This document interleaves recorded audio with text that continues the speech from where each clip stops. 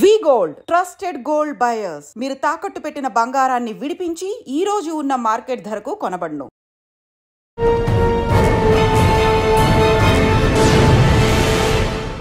Sir, మీ సర్వీస్లో typical కేసులను చూసారు, ఇంత దారుణంగా ఈ విధంగా కూడా ఎక్స్పోర్ట్ చేయొచ్చు అన్నది చేస్తారు సార్. యానస్లో కూడా పెట్టుకుని తీసుకొస్తారు.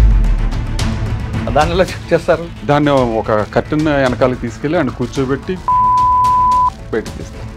యానస్లో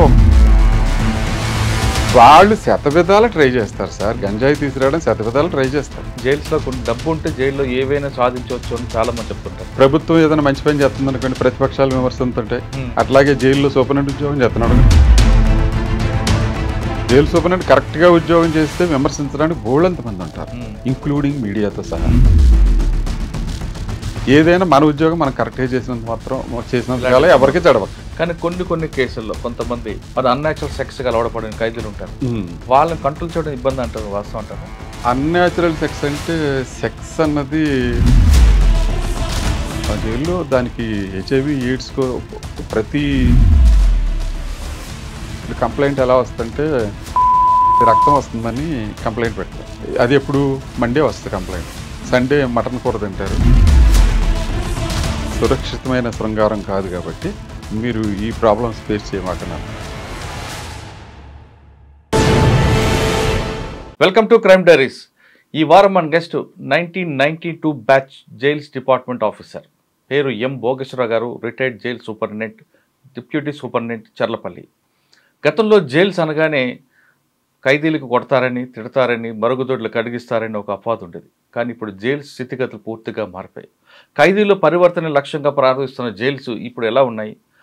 ఖైదీల యొక్క పరివర్తన మారుతుందా లేదో జైల్స్కి వెళ్ళిన తర్వాత పోలీసులు చెప్తున్నట్లుగా అది యూనివర్సిటీ అవుతుంది, కొత్త క్రిమినల్స్ వాళ్ళ మైండ్ సెట్ మారుతుందంటూ పోలీసులు చేస్తున్న ఒక ఆరోపణకి నిజమా లేదా అనే విషయాన్ని భోగేశ్వర గారికి తెలుసుకుందాం. సార్ నమస్తే అండి. నమస్తే అండి.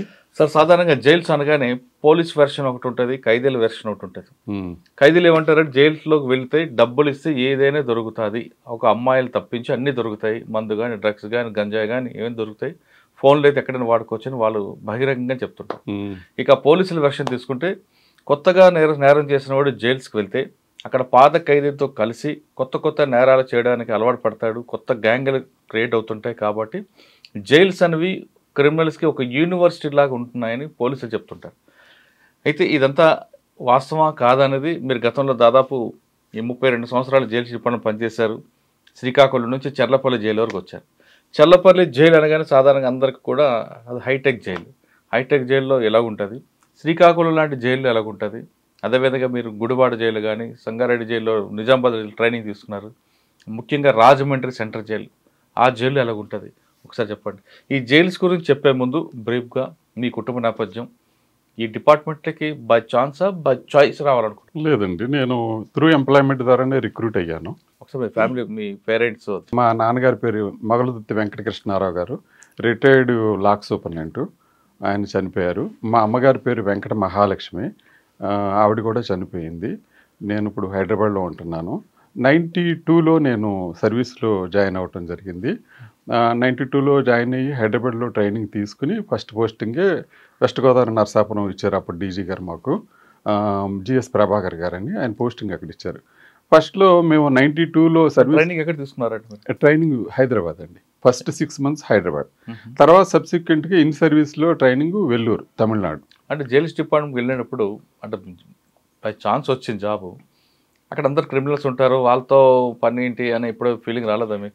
అట్లాంటిది ఏం లేదు. అప్పుడు ఏదో ప్రొఫెషన్లోకి రావాలనుకున్నా వచ్చాము. వచ్చిన తర్వాత చూసిన తర్వాత మనం ఇక్కడ జాబ్ చేయడానికి బోల్డంత ఉంది మన చేతి నిండా పని అని అయితే మాత్రం నేను అట్లయితే ఫీల్ అయ్యా. ఎందుకంటే ఒక ముద్దాయి అంటే ఒక డీవియేషన్ మేనర్, మనం దాన్ని సంస్కరించి ఉద్దేశం మన correctional services, prisons and correctional services కాబట్టి మనకైతే అందులో ఫుల్గా అవకాశం ఉంటుంది, చేయడానికి అవకాశం ఉంటుంది. అట్లాగే నన్ను శ్రీకాకుళం జైలుకి పంపించినప్పుడు కూడా నేను అట్లాగే అనుకున్నా, అప్పటికే రాష్ట్రంలో గుంటూరు, విజయవాడ ఇవన్నీ కూడా బాగా పెద్ద జైల్స్. శ్రీకాకుళం వెళ్ళక ముందు మీరు first post Narsapuram. First post నర్సాపురంలో మీకు మెయిన్ ఛాలెంజ్ వచ్చింది. ఫస్ట్ పోస్ట్ ఆ మెయిన్ ఛాలెంజ్ ఏంటంటే అప్పటికి అసలు ఇన్ఫ్రాస్ట్రక్చర్ కానీ స్టాఫ్ ఇవ్వటం కానీ ఏదీ లేదు. అప్పుడే కొత్తగా ప్రెజెంట్ డిపార్ట్మెంట్ టేక్ ఓవర్ చేసుకుంటుంది. అంతకుముందు జ్యుడిషియల్ డిపార్ట్మెంట్ కింద కంట్రోల్లో ఉండేది. ఫస్ట్ క్లాస్ మేజిస్ట్రేటే జైలుకి సూపరింటెండెంట్గా ఉండేవాడు. వాళ్ళ దగ్గర నుంచి మేము ఛార్జ్ తీసుకుని మా జైలు తరపున సంస్కరణలు పెట్టడం కానీ అవన్నీ కూడా మేము ఇంప్లిమెంట్ చేసాం. మేము తీసుకునేటప్పటికి చాలా వరకు మురికి కోపాల్లో ఉండి అప్పటికి కూడా కొండలో ఉండే ఈ వాష్రూమ్కి వెళ్ళడానికి ఫెసిలిటీస్ లేకపోకుండా కొండలే అలౌ చేసేవాడు. ఎలక్ట్రిసిటీ కూడా ఇన్సైడ్ లైట్ బల్బ్ లేదు, ఓన్లీ బయటే బల్బు ఉంటుంది. ఆ బల్బు నుంచి కాంతి లోపలికి వెళ్ళేది అంతే. అది ఫెసిలిటీస్ ఎర్లీ జైల్స్లో అట్లాగే ఉంటాయి. అతను ఎవరో కాంట్రాక్టర్ ఎవరో కూరగాయలు ఉప్పు పప్పు తెచ్చిచ్చేవాడు. వీళ్ళని చూసేవాళ్ళు లేరు, పట్టించుకునేవాళ్ళు లేరు, అట్లా ఉండేదన్నమాట. తర్వాత జైలు డిపార్ట్మెంట్ ఫస్ట్ పోస్టింగ్ లో మీకు ట్రబుల్ మాంగర్ ఎదురయ్యారా? ట్రబుల్ మాంగర్స్ అన్ని చోట్ల ఉంటారండి. ఒక్క వెస్ట్ గోదావరి నర్సాపురం ఏంటి ఎక్కడైనా ఉంటారు. కాకపోతే ఏంటంటే వాళ్ళు సమాజంలో ఏదో ఒక ఇబ్బంది తగిలి మన దగ్గరికి వస్తారు. అసలు ఉదాహరణ చెప్పుకోవాలంటే కేసరి ప్రభాకర్ అన్న అతను వెస్ట్ గోదావరి నర్సాపురంలో తగిలాడు. చాలా ఇంట్రెస్టింగ్ సబ్జెక్ట్. అతను మామూలుగా సెకండ్ షో సినిమాకి వెళ్ళాడు. సెకండ్ షో సినిమా ఇండియన్ బ్యాంక్లో బ్రాంచ్ మేనేజర్ కింద సెలెక్ట్ అయ్యి వారణాసిలో ఉద్యోగం. అతను సెలవులకి వెస్ట్ గోదావరి నర్సాపురం వచ్చాడు. వెస్ట్ గోదావరి నర్సాపురం వచ్చి సెకండ్ షో సినిమాకి వెళ్ళాడు. టికెట్ ఏదైనా అడిగారు పోలీసు వాళ్ళు. అడిగితే నీకు చూపించేది ఏంటి టికెట్ అని అన్నాడు. మరి ఈ టైంలో వస్తున్నా అంటే మేము అడుగుతాం కదా పోలీసు వాళ్ళు అని అన్నారు. తీసి లోపల జైల్లో వేశారు. లాకపల్లో పెట్టారు పోలీస్ స్టేషన్లో. పొద్దున్నే వెళ్ళిపోమన్నారు. అడిగారు లేదంటే పోలీస్ స్టేషన్ లాకపల్లో పెట్టారు. లాకపల్లో పెడితే ఉదయం అతను చెప్పాడు ఉదయం వెళ్ళిపోమని చెప్పారు. వెళ్ళిపోమని చెప్తే నేను ఎందుకు వెళ్ళాలి, నన్ను ఇల్లీగల్ డిటెన్షన్ చేశారు కాబట్టి నాకు సమాధానం చెప్తేనే నేను వెళ్తానని అన్నాడు. బయటకు వెళ్ళి కేసు వేసాడు అతను. ఎస్ఐ మీద ఇల్లీగల్ డిటెన్షన్ అని వేశారు కేసు. అప్పట్లోనే ఇల్లీగల్ డిటెన్షన్ అని కేసు వేసాడు. అతను నా జైలుకి రిమాండ్కి వచ్చాడు. వచ్చిన తర్వాత ఎస్ఐ మీద కేసు ఆయన జైలు రావడం ఏంటి? ఎస్ఐ మీద జైలు వేసి ఎస్ఐ 31 డిసెంబర్ నైట్ ఎస్ఐ రౌండ్కి వెళ్తే ఎస్ఐ మీద దాడి చేశారు కొంతమంది. అందులో ఇతను A26 కింద ఉన్నాడా లేదంటే ఫిక్సప్ చేశారు? ఉన్నాడని నేను చెప్పలేను. ఉన్నాడని నేను అయితే చెప్పలేను. అతన్ని A26 కింద పెట్టారు. అతన్ని రిమాండ్కి తీసుకొచ్చారు. అతను జ్యుడిషియర్ని కూడా చాలా బాగా ప్రశ్నించాడు. ఇతను నాకు వెస్ట్ గోదావరి నర్సాపురంలో న్యాయం జరగట్లేదని ఇతను ట్రాన్స్ఫర్ పెట్టుకున్నాడు. పాలకొల్లుకి ట్రాన్స్ఫర్ పెట్టుకున్నాడు. ట్రాన్స్ఫర్ పెట్టుకుంటే పాలకొల్లు కోర్టులో ఇతన్ని కేసరి ప్రభాకర్ రావు అని పిలిచారు. పిలిస్తే నన్ను ఏ కేసులో పిలిచారో నేను తెలుసుకుంటేనే నేను లోపలికి వస్తాను అన్నాడు. అనేదికల్లా అతను కోర్టు వాళ్ళు నీకు చెప్పాల్సిన అవసరం లేదని బెల్లబంటరుతో చెప్పాడు.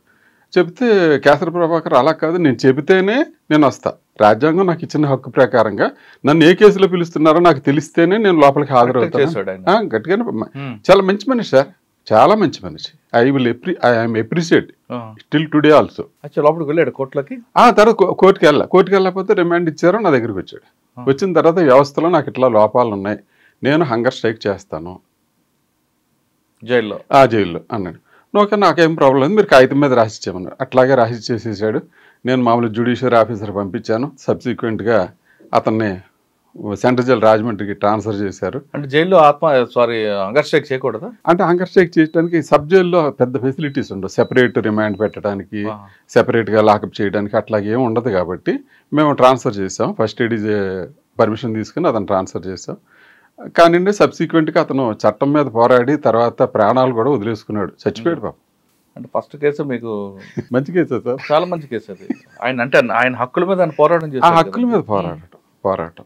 ఓకే, అక్కడ నర్సాపురం తర్వాత నర్సాపురంలో చాలా పీస్ఫుల్గానే ఉండేది. ఎవరు రౌడీ షీటర్లు కానీ అప్పటికే అంతమునిపై ఉక్కుపాదం పెట్టి చేశారు. అక్కడి నుంచి మళ్ళీ నేను సెంట్రల్ జైలు రాజమండ్రికి వచ్చాను. రాజమండ్రి సెంట్రల్ జైలు కానీ అప్పట్లో కంబైన్డ్ ఏపీలో అదొక పెద్ద సెన్సేషన్ జైలు. అక్కడ నక్సలైట్లు కానీ లేదు, క్రిమినల్స్ కానీ, మోస్ట్ వాంటెడ్ క్రిమినల్స్ కానీ, లేదా హ్యాబిచువల్ అఫెండర్స్ కానీ అక్కడ ఉంటారు. నక్సలైట్ బ్లాక్ సెపరేట్గా ఉండేది రాజమండ్రి సెంట్రల్ జైల్లో. తర్వాత సెపరేట్గా కన్ఫైన్మెంట్కి వేరే సెల్స్ కూడా ఉండే. మాకు అప్పుడు వచ్చిన సూపరింటెండెంట్ గారు ఆ సెపరేట్ సెల్స్, పనిష్మెంట్ సెల్స్ కూడా తీసేసి వీళ్ళందరూ కూడా జనజీవన సమితిలోనే కలిసిపోవాలని, నక్సలైట్ బ్లాక్ కూడా తీసేసి మామూలుగా చేసేసాడు ఆయన. అందరూ కలిపే ఉండాలని పెట్టాడు. వాళ్ళకి సెపరేట్ ఏంటి, సెపరేట్ ఫుడ్ ఏంటి అదేం లేదు, అందరూ కలిసే ఉండాలని అన్నాడు. అట్లా ఎవరండి అప్పుడు? రాధాకృష్ణ శెట్టి. కాదండి, నక్సలైట్లు ఎవరు ఉండేవారు మీ దగ్గర? నక్సలైట్లు పేర్లు మర్చిపోయానండి. అంటే వాళ్ళు ఏమైనా ఇబ్బంది పెట్టేవారా? అంటే వాళ్ళు ఎక్కువగా హక్కుల కోసం పోరాడతారు. వాళ్ళు హక్కుల కోసం పోరాడేది ఏమన్నా సాయంత్రం 6 దాకా కొంచెం బయట ఉండాలని చూస్తారు. వెళ్ళిపోయేటప్పుడు లాల్ సలాం వల్ల లాకప్కి వెళ్తారు. అంతకుమించి వాళ్ళది ఏం లేదు. వార్తలు వినేవాళ్ళు అప్పట్లో. ఆల్ ఇండియా రేడియోలో వచ్చే వార్తలు వినేసి ఆ వార్తలు అయిపోయిన తర్వాత లోపల లాకప్కి వెళ్ళేవాడు. కానీ ఎప్పుడు మీకు ఇబ్బంది పెట్టలేదు? ఎప్పుడు ప్రాబ్లమేటిక్ పెట్టలేదు. అక్కడ ఎవరైనా ట్రబుల్ మాంగర్ ఉన్నారా? రాజమండ్రి సెంట్రల్ జైల్లో మాకు ఎవరు ట్రబుల్ మాంగర్ లేరు. అయినా అప్పుడు నేను ఎస్ఐ క్యాడర్, సూపరింటెండెంట్ క్యాడర్ వేరే ఉంటారు కాబట్టి నేను ఒక ఎస్ఐ క్యాడర్ అక్కడ. రోజుకి ఎన్ని రౌండ్స్ చేస్తారండి మీరు లోపలండి? ఉదయం అల్లాకి ఇంకోసారి వెళ్తారు. అసలు సాధారణంగా జైలు నిబంధనల ప్రకారం ఎన్ని గంటలకు ఓపెన్ చేస్తారు, ఎన్ని గంటలకు క్లోజ్ చేస్తారు? బిఫోర్ 6 అండి. బిఫోర్ 6, 5:40 కల్లా మేమంతా స్టాఫ్ అందరూ అక్కడికి వెళ్ళాలి. మేము వెళ్ళిన తర్వాతే అక్కడ ఓపెన్ చేస్తారు. లోపల నైట్ డ్యూటీ వాళ్ళు ఉంటారు, కానీ ఆఫీసర్ వచ్చిన తర్వాతే ఓపెన్ చేస్తారు. అన్లెస్ అదర్వైజ్ ఆఫీసర్ రాకపోతే ఓపెన్ చేయకూడదు. అందుకని స్ట్రిక్ట్గా సూర్యోదయానికి ముందే ఓపెన్ చేస్తారు. సూర్యోదయానికి ముందే ఓపెన్ చేస్తారు. ఓపెన్ చేసిన తర్వాత వాళ్ళ కార్యక్రమం ఏముంటాయి? సూర్యోదయం ముందే ఓపెన్ చేసిన తర్వాత వంట చేసేవాళ్ళు వంటకి వెళ్ళిపోతారు. కాలకుర్చాలు తీసుకునే వాళ్ళు కాలకుర్చాలు చేసుకోవడానికి వెళ్తారు. సబ్ జైల్స్లో అయితే వీళ్ళు కాలకుర్చాలు తీసేసుకునే టైంకల్లా వాళ్ళు టీ అందిచ్చేస్తారు. తర్వాత బ్రేక్ఫాస్ట్ ఇస్తారు, లాకప్ వెళ్ళిపోతారు. తర్వాత కోర్టులో ఎవరెవరు ఉన్నారో వాళ్ళందరూ సిద్ధమైపోతే వాళ్ళకి ఇంచుమించుగా 9 లోపే ఫుడ్ పెట్టేస్తారు. ఎందుకంటే కోర్టులు కొన్ని దూర ప్రాంతాలకు కూడా కోర్టులకు వెళ్ళాల్సి ఉంటుంది కొంతమంది ముద్దాయిలు. ఒకవేళ వాళ్ళు డిలే అయినట్టయితే కోర్టులు కూడా సూపరింటెండెంట్ని కోర్టుకు వచ్చి సమాధానం చెప్పమని అంటాయి. అలాంటి పరిస్థితులు ఉంటాయి కాబట్టి వాళ్ళకి ముందే ఫుడ్ పెట్టేసి కోర్టులకు రెడీ చేస్తారు. ఇలాగ ఎస్కార్ట్ ఎవరెవరు వచ్చారు ఏంటో చూసి ఆ ముద్దాయిలకు లోపల ఇన్ఫార్మ్ చేస్తారు. నీకు వచ్చింది ఎస్కార్ట్, నువ్వు రెడీగా ఉండని చెప్తారు. అతను రెడీగా ఉంటాడు, అతన్ని హ్యాండ్ ఓవర్ చేసి పంపిస్తాడు. ఉదయం ఎన్ని గంటలు టీ ఇస్తారండి? ఉదయం బిఫోర్ 6:30, 6:40 కల్లా టీ అయిపోద్దండి. 7:20 కల్లా బ్రేక్ఫాస్ట్ అయిపోతుంది. మామూలుగా యూజువల్గా కోర్టుకి వెళ్ళిన వాళ్ళు అయితే 9 కల్లా భోజనం చేసేస్తారు. లంచ్ ఎన్ని గంటలకు ఇస్తారు? అదే భోజనం అంటే అదే 9 గంటలకల్లా భోజనం ఇచ్చారు. లేకపోతే మరి 10కి కోర్టులకి వెళ్తారు కదండి. మళ్ళీ వెళ్ళలేదు అనుకోండి కోర్టుకి వెళ్ళినప్పుడు 9-9:30 కల్లా ఫుడ్ అయిపోతుందండి. ఫుడ్ పంపిణీ అయిపోతుంది. 9 కల్లా సూపరింటెండెంట్ రౌండ్ వెళ్తుంది. రౌండ్ వెళ్ళే టైంలోనే వాళ్ళకి మనం సూపరింటెండెంట్ ఫస్ట్ ఖైదీలకి ఇచ్చే భోజనం టేస్ట్ చేయాలి. టేస్ట్ చేసేసి అప్పుడు పాస్ ఆన్ చేయాలి. అప్పుడు పంపిణీకి వెళ్తాను అనమాట. సాధారణంగా నిబంధనల ప్రకారం ఏం పెడతారండి భోజనాలు? మటన్, చికెన్, ఫిష్ అంటారు వాస్తవం? ఫిష్ ఉండదండి. మేము ఉన్నప్పుడు మటను, ఫస్ట్ అయితే మేము సర్వీస్లో జాయిన్ అయినప్పుడు ఓన్లీ మటనే ఉండేది. తర్వాత అసలు మా ఆఫీసర్స్ దాని మీద చాలా శ్రద్ధ తీసుకున్నారంటే, ఎంత శ్రద్ధ తీసుకున్నారంటే బయట ప్రపంచానికి కూడా తెలియదు. ఒక రకంగా చెప్పాలంటే సన్ఫ్లవర్ మేము కొనే సన్ఫ్లవర్ ఆయిల్ కల్తీ దొరుకుద్ది, ఖైదీలకి అనారోగ్యం జరుగుద్దని అనంతపురం జైల్లో గ్రౌండ్ నట్ ఆయిల్ మిషనరీ పెట్టారు. అప్పటికప్పుడు డీజీగా డెసిషన్ తీసుకుని 35 లక్షల రూపాయలు పెట్టి మెషిన్ పెట్టి గ్రౌండ్ నట్ ఆయిల్ ఆడిచ్చి రాష్ట్రం అంతా సప్లై చేయడానికి పెట్టారు. ఎందుకంటే ఫస్ట్ మేము 15 kgs టిన్స్ కొనేవాళ్ళం, అగ్మార్క్ చూసేవాళ్ళం. వాటిలో అడల్ట్రేషన్ జరుగుద్దని మళ్ళీ 1 లీటర్ పోచెస్ తీసుకునేవాళ్ళం. 1 లీటర్ పోచెస్ అయితే అడల్ట్రేషన్ ఉండదని. దాని తర్వాత ఫెడ్కా నుంచి తీసుకోవాలని చూసాం. ఫెడ్కా నుంచి తీసుకుంటే అది కూడా కొంచెం పేపర్లో దాని మీద కూడా కొంచెం సరిగ్గా జరగట్లేదని వచ్చింది. దాని తర్వాత అది కూడా మానేసి సొంతంగా మిల్లు పెట్టి వీళ్ళకి మంచి ఆయిల్ పంపించాలి, ఎందుకంటే అనారోగ్యం జరగకూడదని. అందుకని సాధారణంగా ఉదయం నుండి వారం రోజులు మెనూ ఉంటుంది కదా, మెనూ ఏం చెప్తుంది? సోమవారం ఏంటి, మంగళవారం ఏంటి, బుధవారం ఏంటి? సోమవారం కందిపప్పు అండి, మంగళవారం శనగపప్పు, బుధవారం పెసరపప్పు, అట్లా 3 పప్పులు రొటేషన్ ఉంది. మళ్ళీ గురువారం, శుక్రవారం, శనివారం అట్లా మళ్ళీ రొటేషన్ అవుతుంది. ఒక సండే ఏమో ఫస్ట్లో నేను సర్వీస్లో జాయిన్ అయినప్పుడు మటన్ ఒకటే పెట్టేవాళ్ళు, చికెన్ ఉండేది కాదు. తర్వాత మటన్ వల్ల మళ్ళీ కొలెస్ట్రాల్ పెరిగి మళ్ళీ వీళ్ళ ఆరోగ్యం దెబ్బతిని హార్ట్ అటాక్లు వస్తున్నాయని వీళ్ళందరూ కూడా డిసైడ్ చేసుకుని ఒక వారం మటన్, ఒక వారం చికెన్ పెడుతున్నారు. పాలు ఎప్పుడు ఇస్తారండి? స్వీట్స్ కానీ పాలు అంటే స్పెషల్ డైట్ కింద ఎవరికైనా టీబీ రోగులు కానీ వాళ్ళకి కానీ ఇస్తారు. అంతేగాని పాలు స్పెసిఫిక్గా ఖైదీలకి ఎవరు. అనారోగ్యం కలిగి డాక్టర్ రికమెండ్ చేస్తే కోడిగుడ్డు మెనూలు తర్వాత ఏం చేశారంటే బుధవారం కోడిగుడ్డు మెనూలో చేంజ్ చేశారు. మేము సర్వీస్లో ఉన్నప్పుడు లేదు కోడిగుడ్డు, తర్వాతే మెనూలో ఇంప్లిమెంట్ చేశారు. డైరెక్టర్ జనరల్ ఆఫ్ ప్రెజెన్స్ చాలా వరకు కూడా చాలా ఆలోచన చేసి తరతరాల నుంచి ఉన్న బ్రిటిష్ వాళ్ళ దగ్గర నుంచి ఉన్న మెనూని మార్చుకుంటా ఒక్కొక్క ఆఫీసరు జైలు ఇన్ఫ్రాస్ట్రక్చర్ మార్చడానికి అయితే చల్లపల్లి జైలు ఎంవి కృష్ణారావు గారి దగ్గర ఉండి దాన్ని అంతా ప్లాన్ చేసి ఇంత జైలు ఇలా ఉండాలని ఆయన కళల రూపం అది చల్లపల్లి జైలు. స్వీట్స్ ఎప్పుడు ఇస్తారండి? స్వీట్స్ ఫెస్టివల్స్కి ఇస్తారండి. ఫెస్టివల్స్కి ఇస్తారు. ప్రిస్క్రైబ్డ్ ఫెస్టివల్ ఉంటుంది. ఆ ఫెస్టివల్లో 200 గ్రాములు లడ్డు తయారు చేసి ఇస్తారు. కానీ బయట నుంచి ఫుడ్ తెచ్చుకోవచ్చు, డబ్బులు ఇస్తే బిర్యానీ కూడా దొరుకుతుంది అంటారు, వాస్తవం? లేదండి, ఎట్లా చేస్తారు, ఎట్లా అవుతుంది? ఎన్నో దాటి లోపలికి వెళ్ళాలి. ఎదర మెయిన్ గేట్ ఉంటుంది, తర్వాత వార్డు లోపల గేట్ ఉంటుంది. ఇన్ని చెక్ చేసింది, ఇన్ని చెకింగ్లో ఎక్కడా లోపల లేకుండా ఉండకుండా ఫైనల్గా చేరదు. కానీ కొంతమంది ఖైదీలకి అంటే ఆ యూట్యూబ్ బిజినెస్ కూడా వాళ్ళ వంట వాళ్ళే చేసుకోవచ్చు. లేదండి, అలాంటివన్నీ పాత రోజులు, పాత జమానా. అసలు ఇప్పుడు అలాంటి ఎక్కడో కొంతమంది సెలబ్రిటీస్ వచ్చారనుకోండి, నేను జైలు ఫుడ్ తినమంటే అప్పుడు ఏం చేస్తారు? జైలు ఫుడ్ తిన్ను అని అనటానికి ఏం ఉండదండి. అక్కడ ఏముండదు, అందరితో పాటు కామన్ గానే ఫుడ్ తినాలి. అన్లెస్ అదర్వైజ్ కోర్టు నుంచి ఏదైనా ఆర్డర్ తెచ్చుకుంటే ఆ ఫుడ్ అలౌ చేస్తారు. అంటే ఎవరు కోర్టు నుంచి ఆర్డర్ ఎవరికి ఇస్తారు? జగన్మోహన్ రెడ్డి ఉన్నారు, ఎక్స్ సీఎం. ఆయన కోర్టు నుంచి ఇంటి నుంచి ఫుడ్ తెచ్చుకోవడానికి ఆర్డర్ తెచ్చుకున్నాడు, తీసుకుంటాడు అంతే. అంటే కోర్టు ఆర్డర్ ఇస్తే కోర్టు ఆర్డర్ ఇవ్వాలి. అంటే జైల్లోనే వండుతారా లేదా బయట నుంచి తెప్పించు? వాళ్ళకి బయట నుంచి అవుట్ సైడ్ ఫుడ్ అలౌ చేశారండి. Court order. సెలబ్రిటీస్ వస్తుంటారు, వాళ్ళు మేము జైలు ఫుడ్ తినం, బయట నుంచి బ్రెడ్ జామ్ తెచ్చుకుంటాం. బ్రెడ్ అలౌడ్ అండి. Bread allowed, banana allowed, apples allowed, అవి అలౌడే. Biscuits allowed. కానీ గంజా, సిగరెట్ అవి అలా. ఆ సిగరెట్ మేము వెళ్ళిన కొత్తలో అయితే లోపల క్యాంటీన్లో అమ్మేవారు సిగరెట్లు. కానీ సబ్సిక్వెంట్గా అది స్మోక్ ఫ్రీ జోన్ చేసేసారు జైల్స్ని. దానివల్ల లోపల సిగరెట్ తాగకూడదు. ఓకే, సిగరెట్ బీడి తాగ. డబ్బులు ఇస్తే మందు కూడా లోపలికి వస్తుంది అంటారు, వాస్తవం? లేదండి, వాళ్ళు ఎన్నో ప్రయత్నాలు చేస్తారు సార్. గంజాయి తేవడానికి ప్రయత్నం చేస్తారు, మందు తేవడానికి ప్రయత్నం చేస్తారు. వాళ్ళు రకరకాల ప్రయత్నాలు చేస్తారు, అన్ని ప్రయత్నాలు చేస్తారు. ఒకసారి అయితే నేను విజయవాడ జిల్లా జైల్లో ఉండగానే ఒక అతను బిస్లరీ మినరల్ వాటర్ బాటిల్ తెచ్చుకున్నాడు. ఏంటి బాటిల్ ఈడికి టాలీ అవ్వట్లేదు, బిస్లరీ మినరల్ వాటర్ బాటిల్ తాగేవాళ్ళు లేడు, ఏంటి అంటే, ఏంటి సార్ మేము కూలింగ్ వాటర్ బయటకు వెళ్ళి ఎండలో ఎలా మండిపోతున్నాయి సార్, ఒక బాటిల్ మంచినీళ్ళు తెచ్చుకున్నాం సార్, ఇంకా కొంచెం మిగిలి సార్, లోపల తెచ్చి తాగకూడదా సార్ నన్ను అడిగాడు. ఏంటి ఇలా మాట్లాడుతున్నాడు ఏంటంటే తీరా చూసాడు జిన్ను తెచ్చుకున్నాడా?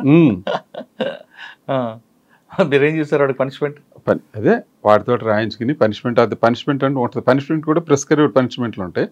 ఏదో సెపరేటు కన్ఫైన్మెంటు, ఇంటర్వ్యూలు ఆపటం అట్లాంటివి ఉంటాయి. మాన్యువల్లోనే ప్రిస్క్రైబ్డ్. ఆ ప్రిస్క్రైబ్డ్ ప్రకారం రేషన్ కటింగ్ అంత ములాఖత్ కటింగ్ ఉంటుంది. ములాఖత్ కటింగ్ ఉంటుంది. సార్ ఇప్పుడు మందు దొరకదని మీరు చెప్తున్నారు, కానీ గంజా దొరకదని మీరు చెప్తున్నారు. కానీ మీ ఆఫీసర్లు సడన్ గా రైడ్ చేస్తే గంజా ప్యాకెట్లు దొరుకుతాయి, సెల్ ఫోన్లు కూడా కుప్పలు దొరుకుతుంటాయి. అది ఎలా సాధ్యం ఉంటాయి? సెల్ ఫోన్లు దొరకటం అంటే మనం ఎంత భద్రతాపరంగా ఎన్ని జాగ్రత్తలు తీసుకున్నా వాళ్ళ మెంటాలిటీ ప్రకారం వాళ్ళు చేయాలని చూస్తారు. క్లాస్లో టీచర్ పాఠాలు అందరికీ సమానంగా చెప్తాడు. ఒకటి ఫస్ట్ క్లాస్ వస్తే, ఒకటి సెకండ్ క్లాస్ వస్తే, ఒకటి ఫెయిల్ అవుతాడు, ఒకటి ఆ క్లాస్ కూడా బంకు కొట్టి వెళ్ళిపోతాడు. అందరికీ టీచర్ చెప్పేది ఒకటే కదా, అట్లాగే మేము చెప్పేది కూడా ఒకటే, మేము చేసే పద్ధతి కూడా ఒకటే. కానీ దాన్ని రిసీవ్ చేసుకొని ఉంటాం కానీ దానికి ఏమైనా కొత్త కోణాలు ఎత్తికేవాళ్ళు కూడా వాళ్ళు ఉంటారు. సమాజంలో ఎట్లా ఉంటారు, సమాజంలో ఉన్న మనుషులే కదా జైలుకి వచ్చేది కూడా. వాళ్ళు సమాజంలో ఎట్లా ట్రై చేస్తారు? ఇప్పుడు ట్రాఫిక్ సిగ్నల్ దగ్గర ఆగాలి, ఆక్కోకుండా జంప్ చేయటం ఎట్లాగా, నెంబర్ ప్లేట్ కనపడుకోకుండా చున్నీ వేయటం ఎలాగా, ఎట్లా చేస్తారు? హెల్మెట్ పెట్టుకోరు, లేకపోతే హ్యాండిల్ పెడతాడు, పోలీస్ కనపడితే హ్యాండిల్ పెడతాడు, నెత్తి తగిలించుకుంటారు. ఎట్లాగా బయట మనుషులు ఎట్లా ఉంటారు, జైల్లో కూడా అట్లాగే ఉంటారు. కానీ ఖైదీలకి పరివర్తన తేడానికి ఉంది కాబట్టి ప్రతి వ్యక్తి మీద మీ ఫోకస్ ఉండాలి కదా? ఉంటుందండి, ఉంటుంది. అట్లాగే చేస్తాము. అట్లాగే వీళ్ళకి యోగా నేర్పించడం కానీ, లిటరేచర్ అక్షరాలు నేర్పడం కానీ ఇవన్నీ చేస్తాం. అన్నిటికీ ప్రణాళిక. ఎక్కడి నుంచి దొరుకుతాయండి సెల్ ఫోన్లు అంటే ఇంక అన్నిటికీ ఒకసారి ఇప్పుడు మేము మీకు ఎట్లా అంటే చెప్తా.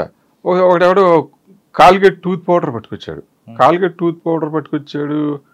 టూత్ పౌడర్ ఎవరు వాడలేదు ఎప్పుడు, కాల్గేట్ టూత్ పౌడర్ ఎలా వచ్చింది అని మేము చూసి ఇట్లా అనేదికల్లా వీ ఫీల్ సమ్ డిఫరెన్స్.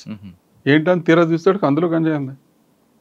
గంజాయి మరి కాల్గేట్ టూత్ పౌడర్ కదా, వాళ్ళు పంపించేస్తే అయిపోద్ది కదా. బ్రెడ్ కూడా ఏం చేస్తారంటే, బ్రెడ్ పంపించినా కానీ వాళ్ళు ఏమైనా చేస్తారని ఇలా నొక్కి ప్రెస్ చేసి పంపిస్తాం. బ్రెడ్లో కూడా చేస్తారు. బ్రెడ్ అనే బిస్కెట్ ప్యాకెట్ ఉందనుకోండి, బిస్కెట్ ప్యాకెట్లో కట్ చేసేసి లోపల 2-3 బిస్కెట్లు తీసేసి లోపల పెట్టేసి పైన పెవికాలతో పెట్టి అంటించి పంపిస్తారు. మేము మళ్ళీ అది చూడాలి చక్కగా, ఏం బరువు తేడా ఉందా లేదా. ఇన్ని జాగ్రత్తలు తీసుకుంటేనే కానీ మీలాంటి వాళ్ళ దగ్గర మేము సమాధానం చెప్పలేం. కానీ సెల్ ఫోన్లో సాక్స్లోని షూస్లో కూడా పెట్టుకుని వస్తుంటారు కదా సార్ ఎయిర్పోర్ట్లోనే జరుగుతుంటాయి సార్. ఎయిర్పోర్ట్ కూడా మీరు పకడ్బందీగానే ఉన్న అదే వ్యవస్థే, మరి జైలు లాగానే పకడ్బందీగా ఉన్న వ్యవస్థ. ఎయిర్పోర్ట్లో వచ్చిన దానికి కూడా అట్లాగే ఉంటుంది. మనం శతవిధాలా మనం ట్రై చేస్తాం, వాళ్ళు శతవిధాలా ట్రై చేస్తాం లోపల రావడానికి. లోపల రావడం. కానీ కింద చుట్టుపక్కల ఉన్న కొంతమంది సిబ్బంది సహకారం లేకుండా జరగదనేది. సిబ్బంది అంటే సిబ్బంది కూడా బయట జనం నుంచి సమాజం నుంచి వచ్చిన వాళ్ళే కదా సార్, వచ్చిన వాళ్ళే. కానీ ఏంటంటే వాళ్ళ మీద మేము పర్యవేక్షణ అయితే ఉంటుంది. ఎందుకనంటే తప్పు కింద సిబ్బంది చేసినా కానీ పై వాళ్ళ రెస్పాన్సిబిలిటీ, పై వాళ్ళే సమాధానం చెప్పుకోవాలి. కాబట్టి నిరంతరం మా జాగ్రత్త అయితే మేము తీసుకుంటాం. కానీ జైల్లో ఉన్న సిబ్బంది ఎక్కువ ములాఖాతుల దగ్గర ఎక్కువ పంచడానికి ఇష్టపడతారు, గేట్ల దగ్గర పంచడానికి ఇష్టపడతారు. కానీ రౌండ్స్లో కానీ లోపల కానీ సెంట్రిక్ కానీ ఎక్కువ ఇష్టపడరు అంటారు. ఎందుకంటే నాకైతే ఇప్పుడు వరకు అలాంటిది ఏం తగల. ములాఖాత డబ్బులు వస్తాయన్నా? నాకైతే అలాగే ఏం తగల. అంటే మా దగ్గర కూడా రాస్టర్ ఉంటుంది. రాస్టర్ ప్రకారం ఇవాళ గేట్ చేస్తే లోపల రౌండ్ ఉంటుంది, ఓ రోజు డే అయితే ఒక రోజు నైట్ ఉంటుంది. ఆ రాస్టర్ ప్రకారం చేస్తాం. మనం రాస్టర్ ఎప్పుడైతే దాన్ని డీవియేషన్ చేసామో కింద స్టాఫ్ మళ్ళీ ప్రశ్నించడానికి అవకాశం ఉంటుంది. రాస్టర్ డీవియేషన్ చేయకోకుండా ఉంటే దానికి అట్లా ఏం అడగడానికి ఉండదు కదా. ఓకే సార్, మీ సర్వీస్లో టిపికల్ కేసులను చూసారు. ఇప్పుడు మీరు చెప్పారు బిస్కెట్ ప్యాకెట్లో గంజాయి, అటువంటి ఏమన్నా ఇంత దారుణంగా ఈ విధంగా కూడా ఎక్స్పోర్ట్ చేయొచ్చు అన్నది? చేస్తారు సార్. యానస్లో కూడా పెట్టుకుని తీసుకొస్తారు. మేము మళ్ళీ కూర్చోబెట్టి యానస్లో కూడా పెట్టుకుని తీసుకొస్తాం. యానస్లో కూడా పెట్టుకుని తీసుకొస్తాం. దాన్ని ఎలా చెక్ చేస్తారు? దాన్ని ఒక కట్టెన్ వెనకాలకి తీసుకెళ్ళి ఆయన కూర్చోబెట్టి బయట తీస్తారు. యానస్లో ఒక ప్యాకెట్లో పెట్టుకుని దారం బయట పెట్టుకుంటాడు. ఆ దారం పెట్టుకుని లాగితే అది బయటకు వచ్చింది. అటువంటి సంఘటన ఎదురయ్యా మీకు? మీకు ఎలా తెలుస్తుంది వాడు యానస్లో అది ఉందని? నడక తేడా తెలుస్తుంది, వాడి బిహేవియర్ తెలుస్తుంది. లోపల వాళ్ళు శతవిధాలు ట్రై చేస్తారు సార్. గంజాయి తీసుకురావడం శతవిధాలు ట్రై చేస్తారు, అందులో అనుమానం లేదు. కొంతమంది స్టేడియం నుంచి స్టేడియం అంటున్నా జైలు బయట నుంచి బాల్ ద్వారా బాల్ దారి వేస్తారు. మేము పట్టుకోవడానికి మధ్యాహ్నం మామూలుగా సాధారణంగా అవన్నీ కూడా లంచ్ బ్రేక్ టైంలో జరుగుతూ ఉంటాయి. అవన్నీ సీసీటీవీ కెమెరాలు లేనప్పుడు జరిగేయేమో. కానీ తర్వాత సరే సీసీటీవీలు కూడా పెట్టేసిన తర్వాత మళ్ళీ ఒకవేళ ఎవరైనా మేము వెళ్ళినా కానీ మేము సీసీటీవీ సర్వేలెన్స్ చూసి చెక్ చేస్తాం అనమాట. ఆ తర్వాత ఆ కార్నర్లో వాళ్ళకి పోస్టింగ్ వాళ్ళకి చెప్తాం మేము లంచ్కి వెళ్తున్నాం జాగ్రత్త. మళ్ళీ మాకు ఇన్ఫార్మల్ ఖైదీలు కూడా పెడతాం. మాకు ఇన్ఫార్మ్ చెప్పేవాళ్ళని ఏదైనా వచ్చిందా ఏంటంటే ఆడు చెప్తాడు అనమాట. ఏమైనా జరిగితే ఆడు చెప్తాడు. ఈయన చూసేవాడికి ఆడు కూడా అలర్ట్గా ఉంటాడు. సార్ జైలు మాన్యువల్ ప్రకారం తప్పు చేసే పనిష్మెంట్ ఏ విధంగా ఉంటాయి? జైలు మాన్యువల్ ప్రకారంగా పనిష్మెంట్లు ఉంటాయండి. అంటే వారు ప్రిస్క్రైబ్డ్ ఉండే సబ్సిడరీ జైలు మాన్యువల్లో ఉన్నాయి ప్రిస్క్రైబ్డ్. ఆ ప్రిస్క్రైబ్డ్ ఏంటంటే ఇంటర్వ్యూలు కట్ చేయటం, ఆ తర్వాత అతనికి ములాఖాతులు తీసేయటం, తర్వాత ఏదైనా రెమిషన్ ఉంటే రెమిషన్ తగ్గించడం, అలాంటివి ఉంటాయి. అందుకనే లైఫర్స్ వాళ్ళందరూ కూడా చాలా జాగ్రత్తగా రూల్స్కి అనుకూలంగానే చేస్తారు తప్ప వ్యతిరేకంగా చేయరు. ఎందుకంటే యూటీ ప్రిజనర్స్ ఎవరన్నా యూటీ ప్రిజనర్స్లో కూడా ఓన్లీ 5% కొంచెం డీవియంట్ మేనర్ ఉన్న వాళ్ళు ఉంటారు. కానీ 80 to 90% వరకు చాలా వరకు లా ఒబైడింగ్ పీపులే ఉంటారు. ఎందువల్లంటే వాళ్ళు ఏదో యాక్సిడెంటల్గా కానీ సడన్ ప్రొవొకేషన్ వల్ల కానీ ఏదన్నా కేసులో ఇరుక్కోవటం అవుతుంది తప్ప అట్లా అవ్వదు. ఎందుకు ఇప్పుడు మాకు సర్వీసులో చేరినప్పుడు చోరీ కేసుల మీద చాలా ఎక్కువగా రిమైండ్ వచ్చాయి. చోరీ కేసుల్లో ఎక్కువ వచ్చాయి. సబ్సిక్వెంట్గా 98 99 2000 ఆ ప్రాంతాలకు వచ్చాడు 498లో ఎక్కువ వచ్చాయి. ఆ ఫ్యామిలీ మొత్తం కేసుల్లో పెట్టేవాళ్ళు, ఫ్యామిలీ మొత్తాన్ని కేసులో పెట్టేవాళ్ళు. సబ్సిక్వెంట్గా తర్వాత 498లో కోర్టు కూడా రిమాండ్ ఇవ్వకోకుండా ఉండడం వల్ల తగ్గినాయి. కానీ కొంచెం మన చట్టాల ప్రకారంగానే లోపలికి వచ్చే ముద్దాయిలు దాన్ని బట్టి ఆధారపడి ఉంటాయి. సార్ సాధారణ జైల్లోకి వచ్చిన తర్వాత యోగా, పేపర్ చదువుకోవడం ఇవన్నీ నేర్పుతారంట వాస్తవం? అవునండి, అవును. యోగా చేస్తారు. అసలు ఒక్కొక్క డిఏజీ అయితే డిఏజీ గారు అయితే ఫిజికల్ పెరేడ్కి బాగా ఇంపార్టెన్స్ ఇచ్చేవారు. వాళ్ళకి లెఫ్ట్ రైట్ చెప్పడం కానీ వాళ్ళ మూమెంట్ చేయటం కానీ అట్లా కూడా చేయించేవాడు. ఎందుకనంటే వాళ్ళు అందులో కనుక ఎంగేజ్ చేసి వాళ్ళకి యోగాలో కనుక పెట్టినట్టయితే వాళ్ళకి మిగతా డీవియేషన్ ఆలోచనలు అయితే ఉండకోకుండా ఉంటాయి. లేకపోతే idle men's brain is devil's workshop అని అట్లా అదొక ఫేమస్ ప్రోవర్బ్. కాబట్టి అట్లా కాకుండా ఉండాలనే ఈ తాపత్రయం అంతా. జైల్లోకి కొత్తగా ఒక వ్యక్తి వచ్చారు ఏదో మీరు అన్నట్లుగా 498లోనో లేదంటే రోడ్ యాక్సిడెంట్లోనో అంతవరకు నేరం చేయని వ్యక్తి ఫస్ట్ టైం వచ్చినప్పుడు ఆయన తీసుకువెళ్ళి మీరు పాత నేరస్తుల మధ్యన పెడతారా లేదు సెపరేట్ పెడతారా లేదు ముందుగా ఆయన మూవ్మెంట్స్ అబ్జర్వేషన్ చేసి క్వారంటైన్ అసలు ఎలాగుంటదండి? ముందు సెంట్రల్ జైల్లో పెద్ద జైల్స్ ఉన్నాయనుకోండి, క్వారంటైన్ ఉంటుంది. సాధారణంగా రాగానే పుట్టుమచ్చలు చూస్తారట వాస్తవం? అవునండి, అది వెరిఫై చేయాలి. లేకపోతే ఇప్పుడు కోర్టులో ఒక అతను వారెంట్ ఇచ్చారు, పుట్టుమచ్చలు ఇచ్చారు, వారెంట్ ఇచ్చారు. అతను కోర్టు నుంచి మన జైలుకి వచ్చేటప్పుడు ముద్దాయి మారిపోతే, కోర్టు నుంచి మన జైలుకి వచ్చేటప్పుడు ముద్దాయి మారిపోతే వేరే వాడు ఎవరో జైలుకి వచ్చేస్తే, అందుకని మనం అన్ని వెరిఫై చేయాలి. సాధారణంగా డీప్గా చెప్పండి సార్, ఖైదీ లోపలికి అడ్మిన్ బ్లాక్లో తీసుకొచ్చిన తర్వాత అండ్ వెరిఫికేషన్ ఎలాగుంటుంది, ఏ బ్లాక్కి ఎలా కేటాయిస్తారండి? లేదు, అతను మామూలుగా మేము 2-3 మాటలు అతనితో మాట్లాడేటప్పటికి మాకు కొంచెం అర్థం అవుతుంది. మామూలుగా మాకు సైకాలజీ, క్రిమినాలజీ మీద కూడా సబ్జెక్టులు ఉన్నాయి. తమిళనాడు వెల్లూరులో అందరూ ట్రైన్ అయ్యి ఉంటారు. దాని మీద ఒక ముద్దాయితో మాట్లాడితే ఆ ముద్దాయి ఎట్లాంటి వాడు, వీటి వల్ల ఏం భయం ప్రాబ్లమ్స్ ఉంటాయి అన్నీ మీకు ఎగ్జాంపుల్ చెప్తాను. ఎవరన్నా ఒక అతను భార్యని చంపేసి జైలు కనుక వచ్చాడు అనుకోండి ఉదాహరణకి, మీకు తెలియని విషయం మా అందరికీ అర్థమయ్యేది ఏంటంటే అతని దగ్గర మాకు సూసైడల్ టెండెన్సీ ఉంటుంది. తప్పు చేశారని సూసైడల్ టెండెన్సీ ఉంటుంది. కాబట్టి భార్యని చంపి కనుక జైలుకి వచ్చినట్టయితే మేము అలర్ట్ అయిపోవాలి, సావధానం అయిపోయి అతని మూమెంట్స్ మీద అతనికి వేరే ఒక అతన్ని అప్పచెప్పి అరే కొంచెం ఆయన జాగ్రత్తగా చూసుకోరా, బాత్రూమ్కి వెళ్ళేటప్పుడు ఏం చూసుకోవాలి, లేకపోతే జైల్లోనే సూసైడ్ చేసి చచ్చిపోతాడు. నేను గుడివాడ జైల్లో ఉండగా ఒక అతను ఇలాగే రిమాండ్కి వచ్చాడు. రిమాండ్కి వస్తే నేను మామూలుగా మాకు తెలిసిన విద్య కాబట్టి నేను ఇట్లాగే చేశాను. ఆ జైల్లో ఉన్నంతకాలం పొద్దున్న నైటు లేట్ అయింది బెయిలు. మర్నాడు ఉదయం పొద్దున్నే 6:30కే నేను రిలీజ్ చేశాను. 9:30-10 పురుగుమంది దాకా చచ్చిపోయాడు. ఎక్కడ? బయట.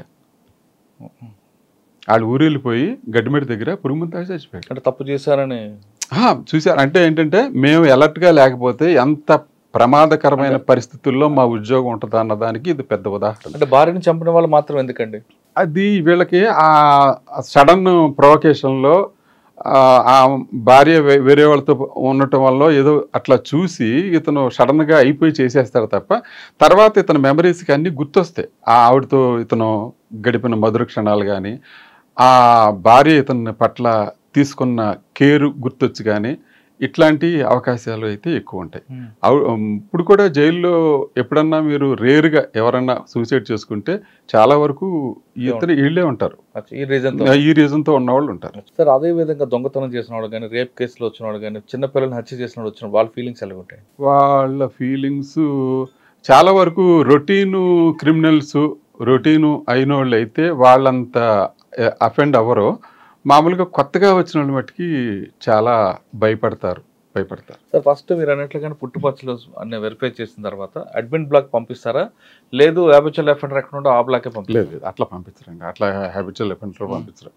మామూలుగా వాడిని అడ్మిషన్ తీసుకున్న తర్వాత చూస్తాం ఆ కేసుని బట్టి, ప్లస్ కేసు ఎలా ఉంది, తర్వాత అతను మాట్లాడిన తర్వాత మేము కొంచెం గ్రహిస్తాం కదా, గ్రహించిన దాన్ని బట్టి క్వారంటైన్ పంపిస్తాం, అబ్జర్వేషన్లు పెడతాం. ఎందుకనంటే అతని దగ్గర కూడా ఏదైనా ఇన్ఫెక్షన్స్ డిసీజ్ ఉంటే మొత్తం జైలు అంతా వచ్చేస్తుంది. అవును, అది కూడా ఉంటుంది కదా, ఆ కేర్ కూడా తీసుకోవాలి, హైజీనిక్ కూడా ఉండాలి కదా, అందుకని ఆ కేర్ కూడా తీసుకోవాలి కాబట్టి మేము అట్లాగే చేస్తాం. కానీ కొంతమంది జైలుకి వచ్చిన తర్వాత చనిపోతుంటారండి, కారణం ఏమంటారు? మామూలుగా కొంతమంది బయట బాగా డ్రింక్ అలవాటు ఉంటుంది. ఉదాహరణ, బయట బాగా డ్రింక్ అలవాటు ఉంటుంది. అయాచితంగా డబ్బు వచ్చేస్తే ఉదయం నుంచి సాయంత్రం దాకా బ్రేక్ఫాస్ట్, లంచ్, డిన్నర్ కూడా అంతా మందు మీద జరుగుద్ది. సడన్ గా జైలుకి వస్తాడు, మందు దొరకదు, ఏం జరుగుద్ది అప్పుడు?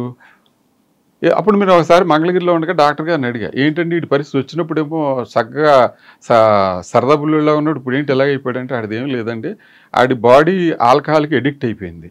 ఆడి బ్రేక్ఫాస్ట్, లంచ్, డిన్నర్ మొత్తం అంతా దాంతో అది గ్లూకోజ్ తయారు చేసి ఆడి బాడీని నిలబెడుతుంది. ఎప్పుడైతే మీరు అది చేయలేకపోయేదానికి అటు డేలా అయిపోయాడు. అందుకని అడిగి హెల్త్ మీరు ఎలా చేసేసారు అనుకోండి, మళ్ళీ మామూలుగా సరదా బుల్లోలా తయారవుతాడు. ఏదో కొంచెం సేలండి అది ఎక్కిచ్చారు, 2 రోజులు ఎక్సైజ్ కేసులో వచ్చినట్టున్నాడు, 2 రోజులు 3 రోజులు ఉన్నాడు, తర్వాత అంతేగాని మీరు మధ్య ఇవ్వలేదు. అబ్బాయి ఎవరు ఇల్లీగల్ యాక్టివిటీస్ చేసి ఉద్యోగం మీద తెచ్చుకుంటారండి. ఇంకోటి ఏంటంటే ఉద్యోగం అంటే కళ్ళకద్దుకుని చేసుకునే ఉద్యోగం. మేము ఖాళీగా రోడ్డు మీద తిరిగి రోజుల్లో ఎంతో కష్టపడి స్టార్ టెస్ట్ పాస్ అయ్యి ఇంటర్వ్యూ ఫేస్ చేసి ఇన్ని మార్గాలు ఎత్తుక్కున్న తర్వాత మమ్మల్ని సెలెక్ట్ చేసుకుని వచ్చిన తర్వాత అది పోగొట్టుకోవడానికి ఎవరు ఇష్టపడతారు చెప్పండి. కరెక్ట్ అండి. సార్ ఇందాక మీరు చెప్పారు పాత అఫెండర్లందరికీ కొత్త వాళ్ళతో కలపమని, కానీ పోలీసులు చెప్పే ప్రకారం పాత వాళ్ళతో కలిసి కొత్త ఐడియాలు వస్తాయి, అదొక యూనివర్సిటీ అవుతుంది జైల్స్ అంటారు. మరి ఏ బేస్తో అంటున్నారు? యూనివర్సిటీ అవుతుంటే ఎవరు ఖైదీలు చెప్పే వెర్షన్ ఖైదీలు చెప్తారండి, పోలీసులు చెప్పే వెర్షన్ పోలీసు వాళ్ళు చెప్తారు. We are meant for correctional services. మేము దానికోసమే ఉన్నాం, దానికోసమే చేస్తాం. అంటే అందరూ ఒకలా చేస్తారా ఉద్యోగం అంటే దానికి మేము మా దగ్గర నుంచి సరైన సమాధానం లేకపోవచ్చు. ఉదాహరణ శ్రీకాకుళం జైలు సూపరింటెండెంట్గా నేను చేశాను. నా టెన్యూర్లో రోజుకు 2000 రూపాయలు ఖరీదైన కూరగాయలు మార్కెట్లో అమ్మి గవర్నమెంట్కి జమ చేసేవాడు. మెయిన్ రోడ్డు మీద స్టాల్ ఉండేది, ఖైదీల స్టాల్ ఉండేది మెయిన్ రోడ్డు మీద. ధర్మాన ప్రసాదరావు గారు ఆయన వచ్చి కాయగూరలు కొనుక్కెళ్ళి అక్కడి నుంచి ఆయన రోడ్డు మీదకి వచ్చి ఎవరిక్కడ పెట్టాడు కోర్టు అంటే ఖైదీల డ్రెస్సు, బయటేమో జిల్లా జైలు శ్రీకాకుళం బోర్డు కనపడేది. ఏంటి జైలు కూరగాయలు కూడా అమ్ముతారని ఆశ్చర్యంగా చూసాడు. మేము ఉండగా అది పెట్టాం. ఆయన రోడ్డు అవతలే కదా, రోడ్డు అవతల మెయిన్ రోడ్డు మీద పెట్టాం స్టాలు. నేషనల్ హైవే మీద రోడ్డు మీద పెట్టాం. రోడ్డు మీద గార సంతకెళ్ళేవాళ్ళు ఖైదీలు, వ్యాన్ ఇచ్చి పంపించేవాళ్ళు, ఖైదీలు ఉండేవాళ్ళు, ఎస్కార్ట్ ఉండేవాళ్ళు, కూరగాయలు సాయంత్రం వచ్చేవాళ్ళు. సాయంత్రం 1950 రూపాయలు అయితే 50 రూపాయలు లాస్ట్లో ఎవరికొకరికి కూరగాయలు అమ్మేసి 2000 రూపాయలు చలన కట్టించేవాళ్ళు. 2000 రూపాయలు కూరగాయలు. మేము ఉండగానే సోలార్ పెట్టించాం. సోలార్ ఉదయం 8:30 కాడి నుంచి సాయంత్రం 3:30. It was the first solar installed in presence department. I proudly నేనే పెట్టేది. సార్ ఖైదీలకి బాగా చదివించి వాళ్ళకి ఏది కావాలంటే చదివించడం, పీజీలు కానీ డిగ్రీలు, మినిమం డిగ్రీ చేయించడం అనేది అంబేద్కర్ ఓపెన్ ఇన్స్టిట్యూట్ లాంటి హెల్ప్ తీసుకుని చేస్తున్నారు. అది వాస్తవం. ఈ విషయంలో మీకు కొంచెం టైం తీసుకున్నా కానీ ఒక పాయింట్ చెప్తా. నేను గుడివాడ జైలు సూపరింటెండెంట్గా ఉన్నప్పుడు రొటీన్గా 3-4 ఖైదీలు రొటీన్గా 4వ సారి 5వ సారి రావటం మొదలెట్టారు. నేను 4 సంవత్సరాలు పెట్టాను. హాయ్ అంటున్నారా? 4వ సారి 3వ సారి వస్తున్నారు. నాకు కొంచెం ఏంటిది, మనం సంస్కరణలు చేయాలి, సంస్కరణలు చేసి అవకాశం ఉంటే మీడియా ప్రశ్నించినట్టు ఆ రొటీన్గా వస్తున్నాడు అంటే మేమేం చేసినట్టు. అప్పుడు నేను మేజిస్ట్రేట్ గారి దగ్గరికి వెళ్ళా. సార్ నేను మీకు చెప్పడానికి రాలా, కానీ నేను జైలు సూపరింటెండెంట్ కాబట్టి what is going on inside of the jail, ఈ జైలు లోపల ఏం జరుగుతుందో మీకు చెప్పాల్సిన బాధ్యత నాది. కాబట్టి నేను డైరెక్ట్గా మీ ఎంప్లాయీని కాకపోయినా మీరు చెప్పినట్టు నేను చేయడానికి అక్కడ ఉన్నా, కానీ లోపల ఏం జరుగుతుందో మీకు చెప్పడానికి వచ్చాను. సార్ ఇట్లాగ వీళ్ళు ఇది 4వ సారి 5వ సారి వస్తున్నారు సార్. చోరీ కేసు సింపుల్గా జైలుకి రావటం, వచ్చి 10 రోజులు 20 రోజులు 1 నెల రోజులు నెల 10 రోజుల్లో వాళ్ళ కేసు తేలిపోద్ది. 3 నెలలు అయిపోతే ఆ జైలు దగ్గర నుంచే రిలీజు. అప్పుడు నేను చెప్పాను, ఏమంటే సార్ మీరు రొటీన్గా ఇలాగ ఇస్తున్నారు, మనం ఒక ఖైదీ మీద ఆ రోజుల్లోనే 123 రూపాయల దాకా ఖర్చు పెడుతున్నాం ఒక రోజుకి. ఇది పబ్లిక్ మనీ. రైతు కష్టపడి చేసిన దాంట్లో, ఉద్యోగి కష్టపడి చేసిన దాంట్లో, పనులు కట్టిన దాంట్లో మనం ఖైదీలకి పెడుతున్నాం. ఇలాంటి సొమ్ము ఇట్లా దుర్వినియోగం అవటం మాత్రం కరెక్ట్ కాదని అనిపిస్తుందండి. వీళ్ళకి మీరు 3 నెలల శిక్ష చేస్తే సబ్ జైలులోంచే రిలీజ్ అయిపోతారు. మీరు వీళ్ళ సంస్కరణలు చేయాలంటే వీళ్ళు రాజమండ్రి సెంట్రల్ జైలు పంపించాలి. సెంట్రల్ జైలు పంపిస్తే అక్కడ ఏదో పని చేయటమో, ఏదైనా చేయటమో, వాళ్ళు ఏదో పని నేర్చుకోవటమో ఏదో జరుగుద్ది. కష్టపడి రూపాయి సంపాదించడం ఏదో అవుతుంది. అలా కాకుండా మనం ఇక్కడి నుంచే చేయటం మొదలు పెడితే అది ఎట్లా అవుద్ది. నెక్స్ట్ టైం నుంచి మేజిస్ట్రేట్ గారు నా పట్ల కరుణ కట్టించారు. చక్కగా అందరినీ రాజమండ్రి పంపించి ఏర్పాటు చేసి పెట్టారు. రాజమండ్రిలో వెళ్తే వాళ్ళ సంస్కరణలు అయితే తిరిగి వస్తారన్న అభిప్రాయంతో నేను అడిగా. ఎవరైనా అయితే ధైర్యం చేసేవాళ్ళు కాదేమో మేజిస్ట్రేట్ గారికి అలా చెప్పడానికంటే. అది కోర్టుని డిక్టేట్ చేయడానికి నేను రాలేదని నేను ముందే చెప్పాను. కోర్టుని డిక్టేట్ చేయడానికి నేను రాలేదండి.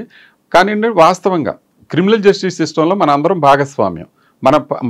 మన పద్ధతి ఏంటంటే ఎవరన్నా బై ఛాన్స్ ఏదైనా నేరం చేసి కనుక జైలుకి వచ్చినట్టయితే అతన్ని మనం సంస్కరించి మనం బయటికి రిలీజ్ చేయాలి. రిలీజ్ చేయడానికే మనం అంతా ఉన్నాం. మీరు ఆ సంస్కరణలు చేసే అవకాశం మాకివ్వండి. మాకు ఇవ్వాలంటే మీరు రాజమండ్రి సెంట్రల్ జైలు పంపించినట్టయితే అతనికి మేము నేర్పించి చేయడానికి ఉంటాయి. సబ్ జైల్స్లో మరి ఇన్ని చేయడానికి ఉండవు కదా సార్. మీ సర్వీస్లో ఆ విధంగా చదువుకొని అంటే ఒక జైల్లోకి ఇన్నోసెంట్ కొంచెం వ్యక్తి కనీసం డిగ్రీ పాస్ అయిన బయటకు వచ్చిన వ్యక్తులు రాజమండ్రి సెంట్రల్ జైల్లో చాలా మంది ఉంటారండి.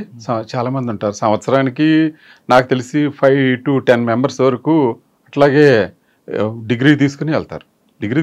లోపల జైల్స్ లో అసలు ఎలాంటి తప్పు జరగదు అని మీరు చెప్తున్నారు, కానీ జైల్స్ లో డబ్బు ఉంటే జైల్లో ఏవైనా సాధించవచ్చు అని చాలా మంది చెప్తుంటారు. ఫర్ ఎగ్జాంపుల్ జైల్లోకి వచ్చిన తర్వాత కింద పడుకోవడానికి ఇబ్బంది ఉంటుంది, నేను లోపల మేనేజ్ చేసుకుంటే హాస్పిటల్లో వార్డు ఇస్తారు, హాస్పిటల్లో మంచిగా ఉంటుంది అంటారు. లేదండి, దానికి ఏం చేస్తారు, మామూలుగా ఒకళ్ళు రాయాలి, ఒకళ్ళు చెయ్యాలి, డాక్టర్ సర్టిఫికెట్. ఇప్పుడు మీరు చెప్పిన దాని ప్రకారం నేరం చేయాలంటే జైల్లో డాక్టర్ గారు చేయాలి, సూపరింటెండెంట్ గారు చేయాలి, అక్కడ ఉన్న జైలర్ చేయాలి, అక్కడ ఉన్న కానిస్టేబుల్ చేయాలి, వీళ్ళందరూ చేస్తే అవుతుంది. అది అంతమంది చేయకపోతే ఒకళ్ళ ద్వారా అవ్వదు కదా, అవ్వదు. అంటే అదంతా అబద్ధం అంటారు. లేదండి, అట్లా ఇప్పుడు చేసేది ఎక్కడో జరుగుతుంటాయి కదా. ఇప్పుడు ప్రభుత్వం ఏదైనా మంచి పని చేస్తుంది అనుకోండి, ప్రతిపక్షాలు విమర్శిస్తుంటాయి. అట్లాగే జైల్లో సూపరింటెండెంట్ ఉద్యోగం చేస్తున్నాడు అనుకోండి, కింద వాళ్ళు విమర్శిస్తూ ఉంటారు. జైలు సూపరింటెండెంట్ కరెక్ట్ గా ఉద్యోగం చేస్తే విమర్శించడానికి బోళ్ళంత మంది ఉంటారు, ఇంక్లూడింగ్ మీడియాతో సహా. మీడియా కూడా విమర్శలు చేస్తూనే ఉంటది. తర్వాత లోపల ఖైదీలు చేస్తూ ఉంటారు. పొలిటికల్ లీడర్స్ వాళ్ళ మాట ఎవరైనా వినకపోతే వాళ్ళు కూడా వాళ్ళు చేయాల్సింది కూడా వాళ్ళు చేస్తూ ఉంటారు. ఏదైనా మన ఉద్యోగం మనం కరెక్ట్గా చేసినందువల్ల ఎవరికి చెడవక్కర్లేదు. ఓకే సార్, రాజమండ్రి రిజల్ట్కి వెళ్తాం మీ సర్వీస్లో. అక్కడ మీకు ఎదురైన సంఘటన, మర్చిపోలేని సంఘటన ఉందా? మర్చిపోవాలని సంఘటనలు ఎక్కువ లేవండి, ఎందుకనంటే నేను ఎక్కువ కాలం అక్కడ పనిచేయలేదు, 1 సంవత్సరం చేశాను. నేను చేసిన టైంలో ముందు కొద్దిగా 4 ఖైదీలు పారిపోవడం జరిగింది. దాని తర్వాత నేను ఎక్కువ కాలం లేను, ఒక 6 నెలలు ఎంతకాలం ఉన్నాను. తర్వాత వెల్లూరు ట్రైనింగ్కి వెళ్ళా. ఓకే, వెల్లూరు ట్రైనింగ్ తర్వాత మంగళగిరి అండి. అక్కడ అంతా మంగళగిరిలో చాలా వరకు చాలా 4.5 years చేశాను. మంగళగిరిలో మనం సర్వీస్ బాగా చేస్తే గుర్తించడానికి మేము ఎవరి దగ్గరికి వెళ్ళా, మా పై ఆఫీసర్ కాదు, లయన్స్ క్లబ్ వాళ్ళతోటి మొత్తానికి ఆ జైలు అంతా శుభ్రంగా ఇలా ఒక మాయ చేసినట్టు అయిపోయింది అనమాట ఆ jail. It is the first sub jail implementing LPG gas system. అంతమునుపు అంతా ఫైర్వుడ్ తోటే ఖైదీలు వంటలు ఉండేవాళ్ళు. మంగళగిరి జైలు అంతా డొనేషనే, ఆ LPG సిస్టము డొనేషనే, ఆ LPG స్టవ్లు డొనేషనే, యుటెన్సిల్స్ డొనేషన్, అందరూ డొనేషన్. వాళ్ళు కూడా చాలా ఇష్టపడేవాళ్ళు. లయన్స్ క్లబ్ వాళ్ళు అయితే ఎన్ని లయన్స్ క్లబ్లు అంటే లోపల ఇసుకేస్తే రాలనంత మంది వచ్చేవాళ్ళు. మంగళగిరి జైలు అంతా కూడా అంతా వాళ్ళే. తర్వాత మా సర్వీసెస్ చూసి ఊళ్ళో ప్రజలు సన్మానానికి మాకు పిలిస్తే గవర్నమెంట్ సర్వెంట్ కింద నేను సన్మానానికి అలా వెళ్ళకూడదు కాబట్టి నేను మళ్ళీ మా హైయర్ అథారిటీస్కి ఇన్ఫార్మ్ చేసి, సార్ ఇట్లా అంటున్నారు వాళ్ళు, నన్ను వెళ్ళమంటారంటే దే ఆర్ పర్మిటెడ్ అయితే నేను వెళ్తే సన్మానం పొందాను. మంగళగిరి పక్కన తాటికొండ వల్ల లేదా బయట వాళ్ళు వచ్చేవారా? లేదండి, నేనున్నప్పుడు famous rowdy sheeter Degala scene వచ్చాడు. ఓకే, డాగల్ సీన్ 1 year ఉన్నాడు. ఏమంటాడు? ఆ రౌడీ షీటరే కదా. రౌడీ షీటర్ వాళ్ళు ఇప్పుడు బయట ఉన్న రౌడీ షీటర్ కానీ లోపలికి వచ్చాక కాముకుంటాడు, అక్కడ కూడా రౌడీగా ప్రవర్తిస్తాడు. రౌడీజం చలాంచాలని చూస్తాడు, తోటి ఖైదీల్ని నొక్కాలని చూస్తాడు. మా పని ఏంటంటే అతని బారి నుంచి మిగతా వాళ్ళని సంరక్షించాలి. అందరికీ యూనిఫారం, షేర్ ఔర్ బకరా ఏకీ ఘాట్కి పానీ పీతా హై అన్నట్లుగా మనం అట్లా చేస్తేనే అట్లా అవుతుంది. అంటే కొమ్ములు తిరిగిన రౌడీని ఎలా కంట్రోల్ అవుతారంటే మా సిస్టమ్ ఇది, మేము ఇంతే చేస్తాం. మన దగ్గర అవినీతి కనపడకోకుండా ఉన్నట్టయితే వాళ్ళు మన మాట వింటారు. మీరు అది ఎక్కడ చాలా చోట్ల చూస్తుంటారు. మన కరప్షన్ లేకపోతే వాడు ఆటోమేటిక్గా సెట్. కానీ ఇంతమంది క్రిమినల్స్ మధ్యన ఎలాంటి ఆయుధాలు లేకుండా పనిచేయడం ప్రాబ్లం కాదు? అవుతుందండి. ఒకసారి ఒక కేసులో 160 మంది ఉంటారు. మీరన్న పాయింట్ మంచి పాయింటే. నేను జైలర్గా లోపల ఉద్యోగం చేస్తున్నాను. కొంచెం కేకలు వినిపోయేటప్పటికి నా దగ్గర ఎదురుగుండా ఉన్న కానిస్టేబుల్ అబ్జర్వ్ చేయలేదు, కానీ అతను రొటీన్ పనులు పడిపోయాడు. కానీ నాకు ఏదో అనుమానం వచ్చి పరిగెత్తుకుంటూ లోపలికి వెళ్ళేటప్పటికి నాగవైష్ణవి కేసులో ముద్దాయిల్ని కొట్టబోతున్నారు. ఎవరు? విజయవాడలో నాగవైష్ణవి మర్డర్ కేసులో ముసలాయన కదా, పిల్లని చంపేశారు. అవునండి, ఐడియా ఉంది. చంపేశారు. వాళ్ళ మీద దాడి చేస్తున్నారు. బాగా లోపలికి వెళ్తే ఇటు 160 మంది, ఇటు 160. నేను ఒక్కడే వెళ్ళాను. జైలర్ గారు వస్తున్నారు, జైలర్ గారు యూనిఫామ్లో ఉండే దగ్గరికల్లా వాళ్ళంత దూరంగా వెళ్ళగలిగారంటే మనం ఎంత బాగా ఉద్యోగం చేస్తే వాళ్ళు అంత దూరంగా బాగా వెళ్ళారు. నిజంగా వాళ్ళ మధ్యలోకి వెళ్ళి తీసుకొచ్చారు. తర్వాత ఇదే సబ్జెక్ట్ మీద కోర్టు కూడా నన్ను పిలిచింది. వీళ్ళని రాజమండ్రి సెంట్రల్ జైలు ట్రాన్స్ఫర్ చేస్తున్నారంటే ఎందుకు ట్రాన్స్ఫర్ చేస్తున్నారని అడిగారు. వాళ్ళకి థ్రెట్ ఉంటే మేము చేస్తామండి, ఇక్కడికంటే కూడా రాజమండ్రిలో కొంచెం బాగా ఉంటుంది, ప్లస్ వాళ్ళకి ఇప్పుడప్పుడే విచారం లేదు కాబట్టి అక్కడ పంపిస్తామన్నా. మీకు అలాంటి సంఘటనలు ఏమైనా జరిగినాయి అని నన్ను అడిగారు. అడిగితే నేను చెప్పాను, ఇదే సంఘటన మీకు చెప్పిన సంఘటన నేను చెప్పాను, ఇలాగే జరిగిందండి. అప్పుడు నేను వెళ్ళి అడ్డం ఉండి నేను చేతులు పెట్టి తీసుకొచ్చా. అప్పుడు తర్వాత వార్డర్ గమనించాడు, జైలు గారు ఎవరిని తీసుకొస్తున్నారు. అంటే ఆ అమ్మాయి కాకుండా చిన్నపిల్ల మీద అత్యాచారం కానీ హత్యలు చేసిన వాళ్ళ మీద కొడుతుంటారంటారు.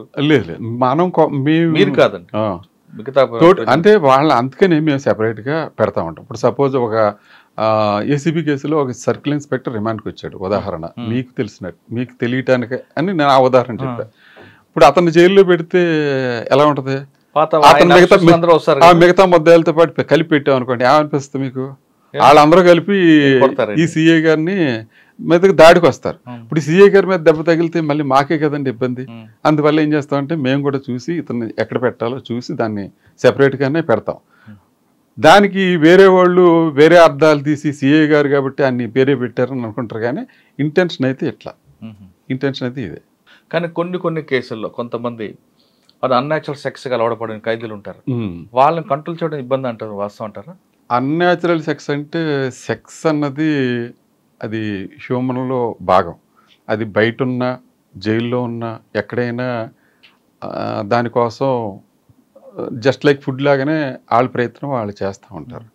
కాబట్టి అది చేస్తే దానివల్ల ప్రాబ్లం అవుతుంది అన్న దాని మీద మేము అవేర్నెస్ ప్రోగ్రాంలు పెడతాం జైల్లో. దానికి హెచ్ఐవి ఎయిడ్స్ ప్రతి జైల్లోనూ ఒక యూనిట్ ఉంటుంది. ఆ యూనిట్ ప్రకారంగా వీళ్ళని స్క్రీనింగ్ పంపిస్తాం. తర్వాత సాధారణంగా వీళ్ళు కంప్లైంట్ ఎలా వస్తుందంటే వెనకాల నుంచి రక్తం వస్తుందని కంప్లైంట్ పెడతారు.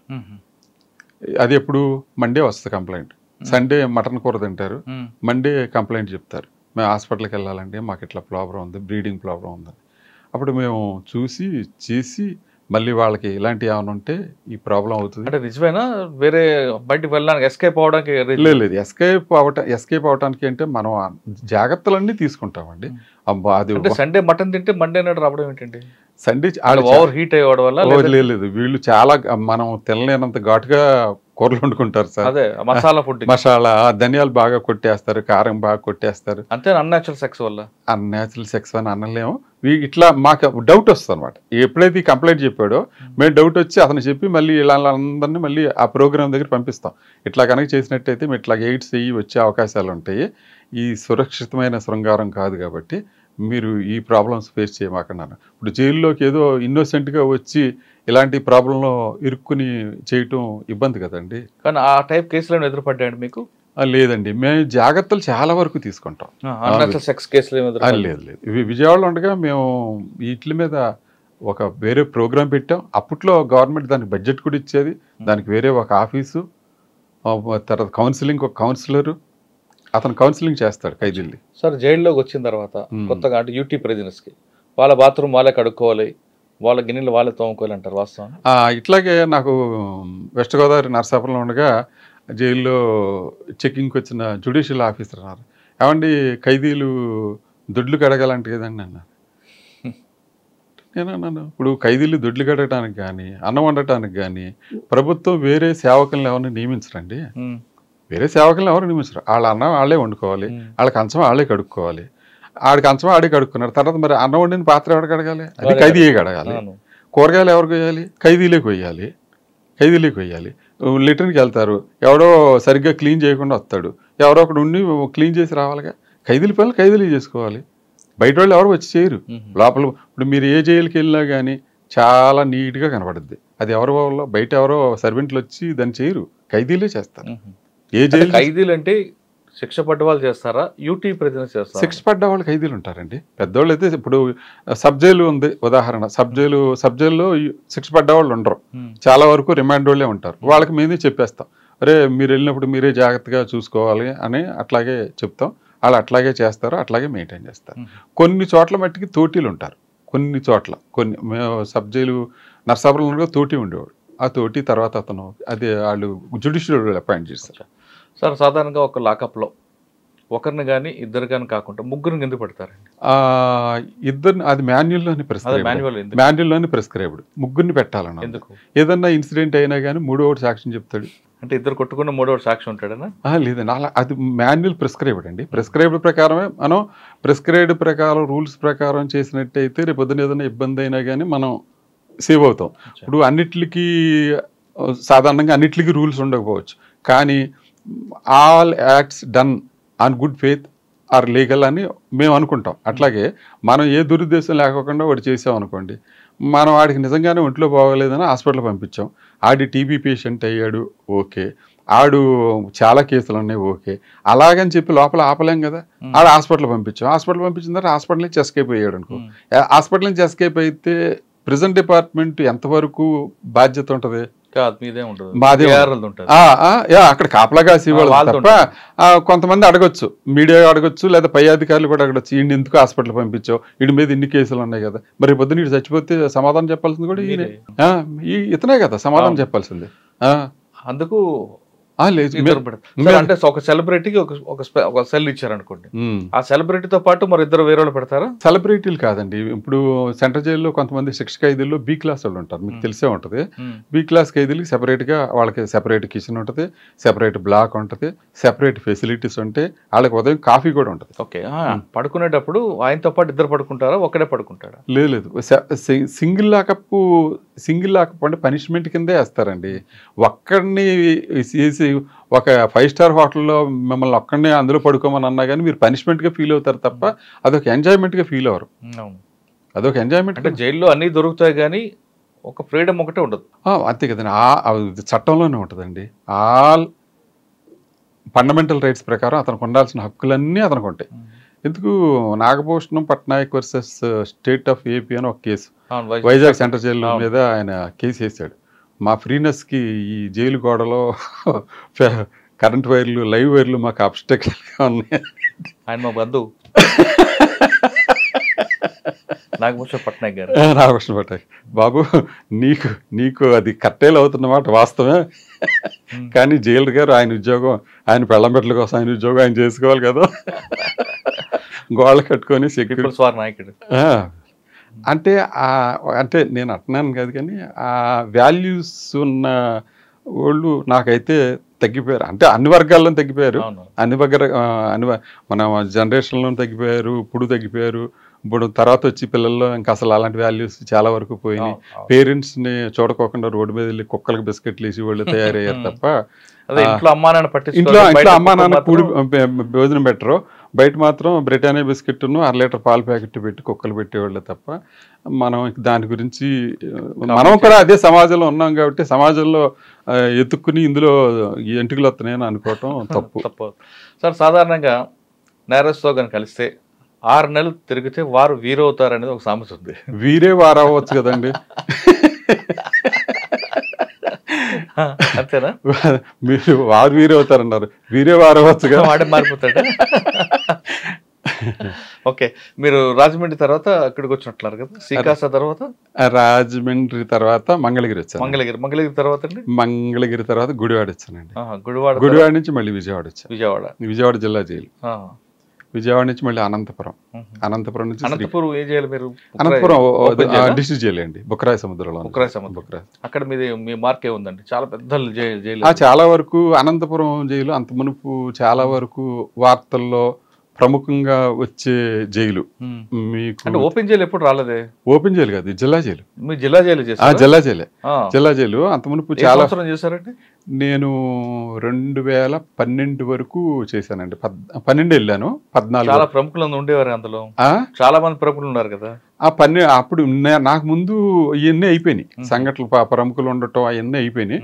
మేము వెళ్ళిన తర్వాత నేను ఇంకొక జైలరు కృష్ణమూర్తి అని ఇద్దరు ఉండేవాళ్ళం. ఇద్దరం ఫ్యామిలీస్ కూడా లేవు.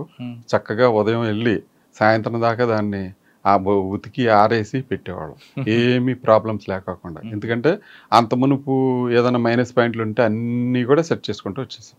అనంతపురం తర్వాత అండి? అనంతపురం నుంచి మళ్ళీ ప్రమోషన్ వచ్చి శ్రీకాకుళం జైలుకి వెళ్ళి. శ్రీకాకుళం జైలు అప్పట్లో అంటే శ్రీకాకుళం మీరు వెళ్ళేసరికి ఆ జైలు అనేది మిగతా రాయలసీమ ఆ టైప్ కాకుండా అదొక పీస్ఫుల్ ఏరియా, కానీ కొంచెం ట్రబుల్ మాంగర్స్ ఉంటారు అక్కడ కూడా. లేదు, ఎవరు మీకు బాగా ఇబ్బంది పెట్టలేదు? శ్రీకాకుళం జైల్లో ట్రబుల్ మాంగర్స్ ఎవరు లేరు. చాలా పీస్ఫుల్ జైలు, చాలా అంటే చాలా. శ్రీకాకుళం జైల్లో గనక మనం గనక వాళ్ళకి కావాల్సిన ఫెసిలిటీస్ అన్ని చక్కగా చేసినట్టయితే వాళ్ళు చాలా మంచి ఖైదీలు, చాలా ఒబీడియంట్ ఖైదీలు. ఏ కేసు ఎక్కువ ఉంటుంది? 490 దొంగతనం ఏముంటాయి? శ్రీకాకుళంలో అన్నీ ఉంటాయండి. అసలు రిమాండ్ తక్కువ, జైలుకు కెపాసిటీకి చాలా తక్కువ ఉంటుంది. 60-60 మేము ఉన్నప్పుడు 60 అట్లా ఉండేది, చాలా తక్కువ రిమాండ్. కానీ అక్కడ మీ మార్క్ ఏంటండి? అప్పు శ్రీకాకుళం జైల్లో నాకు ముందు ఎవరో కూడా అటువంటి మార్క్ వేసి ఉండరు, తర్వాత కూడా అంత మార్కు పడదు అందులో. శ్రీకాకుళం జైలుకి 0.8 కిలోమీటర్స్ నుంచి నూతులోంచి నీళ్లు తీసుకొచ్చేవాళ్ళు. తీసుకొస్తే కలెక్టర్ గారి దగ్గరికి వెళ్ళాను, లక్ష్మీ నరసింహ సార్ అని కలెక్టర్ గారు దగ్గరికి వెళ్ళి, సార్ రేపొద్దున మీ పేరు నా పేరు పేపర్లో పడదు సార్, అందులో ఈ యువతల పక్క అతనేమో ఈ చేలోనేమో పురుగు మంది వేస్తున్నాడు, అవన్నీ నూతిలోకి వెళ్తే ఆ నూతుల్లో పడ్డ కప్పలన్నీ కూడా పైప్ లైన్లోకి వస్తున్నాయి, కాబట్టి మనం కొత్తగా వేయాలంటే నీకు ఏం కావాలో చెప్పి అది చేసుకున్నాడు. అట్లాగే 3,75,000 చేసి బోర్ ఇచ్చారు. నేను అప్పుడే రీయూజబుల్ ఎనర్జీ వాళ్ళ సోలార్ దగ్గర నుంచి సోలార్ వేసాను. అదే ఫస్ట్ జైలు సోలార్. అప్పట్లో వాళ్ళు గవర్నమెంట్కి ఇట్లా ఇస్తామని కూడా తెలియదు, కానీ నేను గవర్నమెంట్ తరఫున అప్రోచ్ అయితే రైతు కింద నన్నే పెట్టి పాపం సోలార్ ఇచ్చారు. సోలార్ ఇచ్చిన తర్వాత మంచి వాటర్ వచ్చింది. లేకపోతే అంతకుముందు వాటర్ లేక చాలా ఇబ్బందులు పడేవారు అనంతపురం జైలుకి. రోజు జైలుకి వస్తా 2 లీటర్ల లిమ్కా బాటిల్లో నీళ్లు తీసుకొచ్చి ఉద్యోగం చేసి వెళ్ళేవాళ్ళు వార్డులో. ఎక్కడ? శ్రీకాకుళంలో. నేను వచ్చిన తర్వాత మన దగ్గర నుంచి నీళ్లు పెట్టుకెళ్ళేవాడు. తర్వాత చుట్టుపక్కల కూరగాయలు పెట్టడం, కూరగాయలు రామ్మోహన్ నాయుడు గారు ఎంపీ గారు చాలా అప్రిషియేట్ చేసేవారు. అచ్చెన్నాయుడు గారు వచ్చేవారు. ఒకసారి ఇప్పుడు రామ్మోహన్ నాయుడు గారి దగ్గరికి వెళ్ళి ఇట్లా మీరు ఒకసారి జైలు విజిట్ రావాలన్నా ఆయన నాకు చెప్పకోకుండా జైలుకి వచ్చారు. నేను ఊళ్ళో ఉండగానే ఆయన కలెక్టర్ గారి దగ్గర ఉండగానే ఆయన వచ్చారు. వచ్చి జైలు చూసి చాలా ఆశ్చర్యపోయి చాలా అప్రిషియేట్ అయ్యి రాళ్లలో ఇతను కూరగాయలు పండిస్తున్నాడు అని చెప్పి నన్ను మెచ్చుకుని ఏం కావాలండి అన్నారు. ఏం లేదు, మినీ ట్రాక్టర్ ఇవ్వండి సార్ అన్నాను. వెంటనే ఒక 3 రోజుల్లో 4 రోజుల్లో శాంక్షన్ చేసేసి మినీ ట్రాక్టర్ ఇచ్చారు. చుట్టూతో వ్యవసాయం చేయండి, ట్రాక్టర్ లేకపోతే కొంచెం బాగోట్లేదండి నన్ను. ఆ చుట్టుపక్కల ఖాళీ స్థలం ఏది లేకుండా కంది కూడా వేసాను. శ్రీకాకుళం తర్వాత లాస్ట్లో స్టేట్ బైఫర్కేషన్లో నన్ను తెలంగాణకి అలాట్మెంట్ అయితే చర్లపల్లి జైలుకి రావటం, ఉదయం జైలుకి వచ్చి రిపోర్ట్ చేయటం, సాయంత్రం వెళ్ళిరా బాబు అని అంటాం. ఓకే, సరే మీ మొత్తం సర్వీస్లో మీ జైల్లో ఇటు మగవారు ఉంటారు, ఆడవాళ్ళు కూడా ఉంటారు. ఇద్దరు ఎవరు ఎక్కువగా ఇబ్బంది పెట్టేవారు? ఆడవాళ్ళు కూడా తక్కువేం కాదు, వాళ్ళు కూడా చేస్తుంటారా, లేదు కాముగా ఉంటారా? లేడీస్ అండి. సాధారణంగా లేడీస్ ప్రాబ్లమ్స్ అంతగా కాంప్లికేటెడ్గా ఏమి ఉండవు. వాళ్ళది ఏముందండి, వాళ్ళు నాకెప్పుడు కాంప్లికేషన్స్ అయితే క్రియేట్ చేయాలి. వాళ్ళ రిక్వెస్ట్లు చాలా వరకు మాకు ఇంటర్వ్యూలో వస్తాయి, అది ఏమన్నా ఉంటే చూడండి అట్లా మాట్లాడతారు తప్ప ఇంతవరకు లేడీస్ ఎవరు కాంప్లికేషన్ చేసిన వాళ్ళు ఎవరు కనపడలేదండి నాకు. అనంతపురం భర్త భార్య జైల్లో ఉన్నారనుకో, జరుగు జైల్లో, వాళ్ళ పిల్లల్ని కలుసుకునే టైం ఎప్పుడు ఇస్తారండి? ఇస్తారండి. మామూలుగా వారానికి ఒకసారి తీసుకొస్తారు, ములాఖతులు తీసుకొస్తారు. ఇప్పుడు రాజమండ్రి సెంట్రల్ జైలు ఉంది, పక్కన ఫీమేల్ జైలు ఉంటుంది, ఇక్కడేమో స్టేట్ జైలు, ఇదేమో సెంట్రల్ జైలు. అందులోంచి ఇందులోకి వస్తారు, పిల్లలతో మాట్లాడుకోవచ్చు, చేయొచ్చు. కానీ పిల్లలు కూడా పుట్టగానే పిల్లలు పుట్టిన కొన్ని రోజులకి ఆ మహిళ నేరం చేసి జైలుకి వచ్చింది అనుకోండి, పిల్లలు కూడా జైల్లోకి వస్తారు. అవునండి, అప్ టు 5 years వరకు వీళ్ళు ఇక్కడే ఉంటారు కదా. ఇక్కడే ఉంటారు. మరి వాళ్ళ కేర్ తీసుకోవడానికి ఆమె చూస్తారా, అక్కడ లోపల ఏమన్నా వాళ్ళకి సెపరేట్గా? అయ్యో, నిజంగా చెప్పుకోవాలంటే జైలు డిపార్ట్మెంట్ని బాగా డెవలప్ చేయడానికి అందరూ ఆఫీసర్లు, జ్యుడిషియల్ డిపార్ట్మెంట్ చాలా మంచి మంచి సలహాలు ఇచ్చారు. మీరు అడిగిన దానికి ఒక పాయింట్ ఏంటంటే, నేను శ్రీకాకుళం జైల్లో ఉండగా ఒక చంటిపిల్లోడు కనపడ్డారు, ఆడవాళ్ళ దాంట్లో బ్లాక్లో కనపడ్డారు. డిస్ట్రిక్ట్ లీగల్ సర్వీసెస్ అథారిటీ వాళ్ళతో కొట్టి మాట్లాడి అమ్మాయి ఏంటంటే చెప్పారు. అంతా అయిపోయిన తర్వాత ఆవిడకి డౌట్ వచ్చింది, చంటిపిల్లోడు కదా శీతాకాలం వేడి నీళ్ళు ఇస్తున్నారా లేదా అని డౌట్ వచ్చి ఆవిడ ఒక పాయింట్ మెన్షన్ చేసింది, ఇలా పిల్లలు ఎవరైనా ఉన్నట్టయితే వాళ్ళకి వేడి నీళ్ళు ప్రొవైడ్ చేయడానికి చేయండి అని ఆవిడ రాసింది. అప్పుడు రాస్తే ఉమ్మడి ఆంధ్రప్రదేశ్లో మొత్తం అన్ని జైల్స్కి 3,75,000 పెట్టి సోలార్ వాటర్ హీటర్ పెట్టారు వాళ్ళ కోసం. మొత్తం అన్ని జైల్స్కి ఆవిడ ఇచ్చిన సలహా అంత కేర్ తీసుకుంటారు. ఎందుకు ఒక మేజిస్ట్రేట్ గారు డిస్ట్రిక్ట్ లీగల్ సర్వీసెస్ నుంచి వచ్చి నన్ను చూశారు. సాధారణంగా మీడియా కానీ కొంతమంది ఎలా ఉంటుందంటే, ఏదో క్రిటిసైజ్ చేద్దాం జైలుకి వచ్చి, ఏదన్నా ఫాల్ట్ ఫైండ్ చేద్దాం అన్న ఉద్దేశం మీదే వాళ్ళు ఎంటర్ అవుతారు. నన్ను అడిగారు, ఇది కూడా చూడండి, ల్యాబొరేటరీస్ కూడా చూడండి. ల్యాబొరేటరీస్ నేను ఎందుకు చూడాలని అడిగారు నన్ను. ఎవరు? ఒక డిస్ట్రిక్ట్ లీగల్ సర్వీసెస్. మీరు తప్పకుండా చూడాలండి, చూసి ఆ కండిషన్స్ ఎలా ఉన్నాయో మీరు అందులో రాయండి, తప్పు ఉంటే తప్పు రాయండి, అందులో ఏదైనా మిస్టేక్ ఉంటే మేము సరి చేసుకుంటాం, మీరు రాయండి అన్న. అంటే నన్ను చూడమని, మీరు అది కూడా చూడాలండి, కిచెన్ చూడాలి, ముద్దాయిలు చూడాలి, వాళ్ళ బెడ్డింగ్ చూడాలి, వాళ్ళ లివింగ్ కండిషన్స్ చూడాలండి. ఆవిడ అతి కష్టం మీద వచ్చి నేను ఆవిడకి ఛాలెంజ్ చేశా, మీ ఇంట్లో కంట నా ఇంట్లో కంట శుభ్రంగా లేకపోతే నా మీద రిమార్క్ రాయండి. అంత మాట అనగలగాలంటే మన దగ్గర ఎంత ధైర్యం ఉండాలి.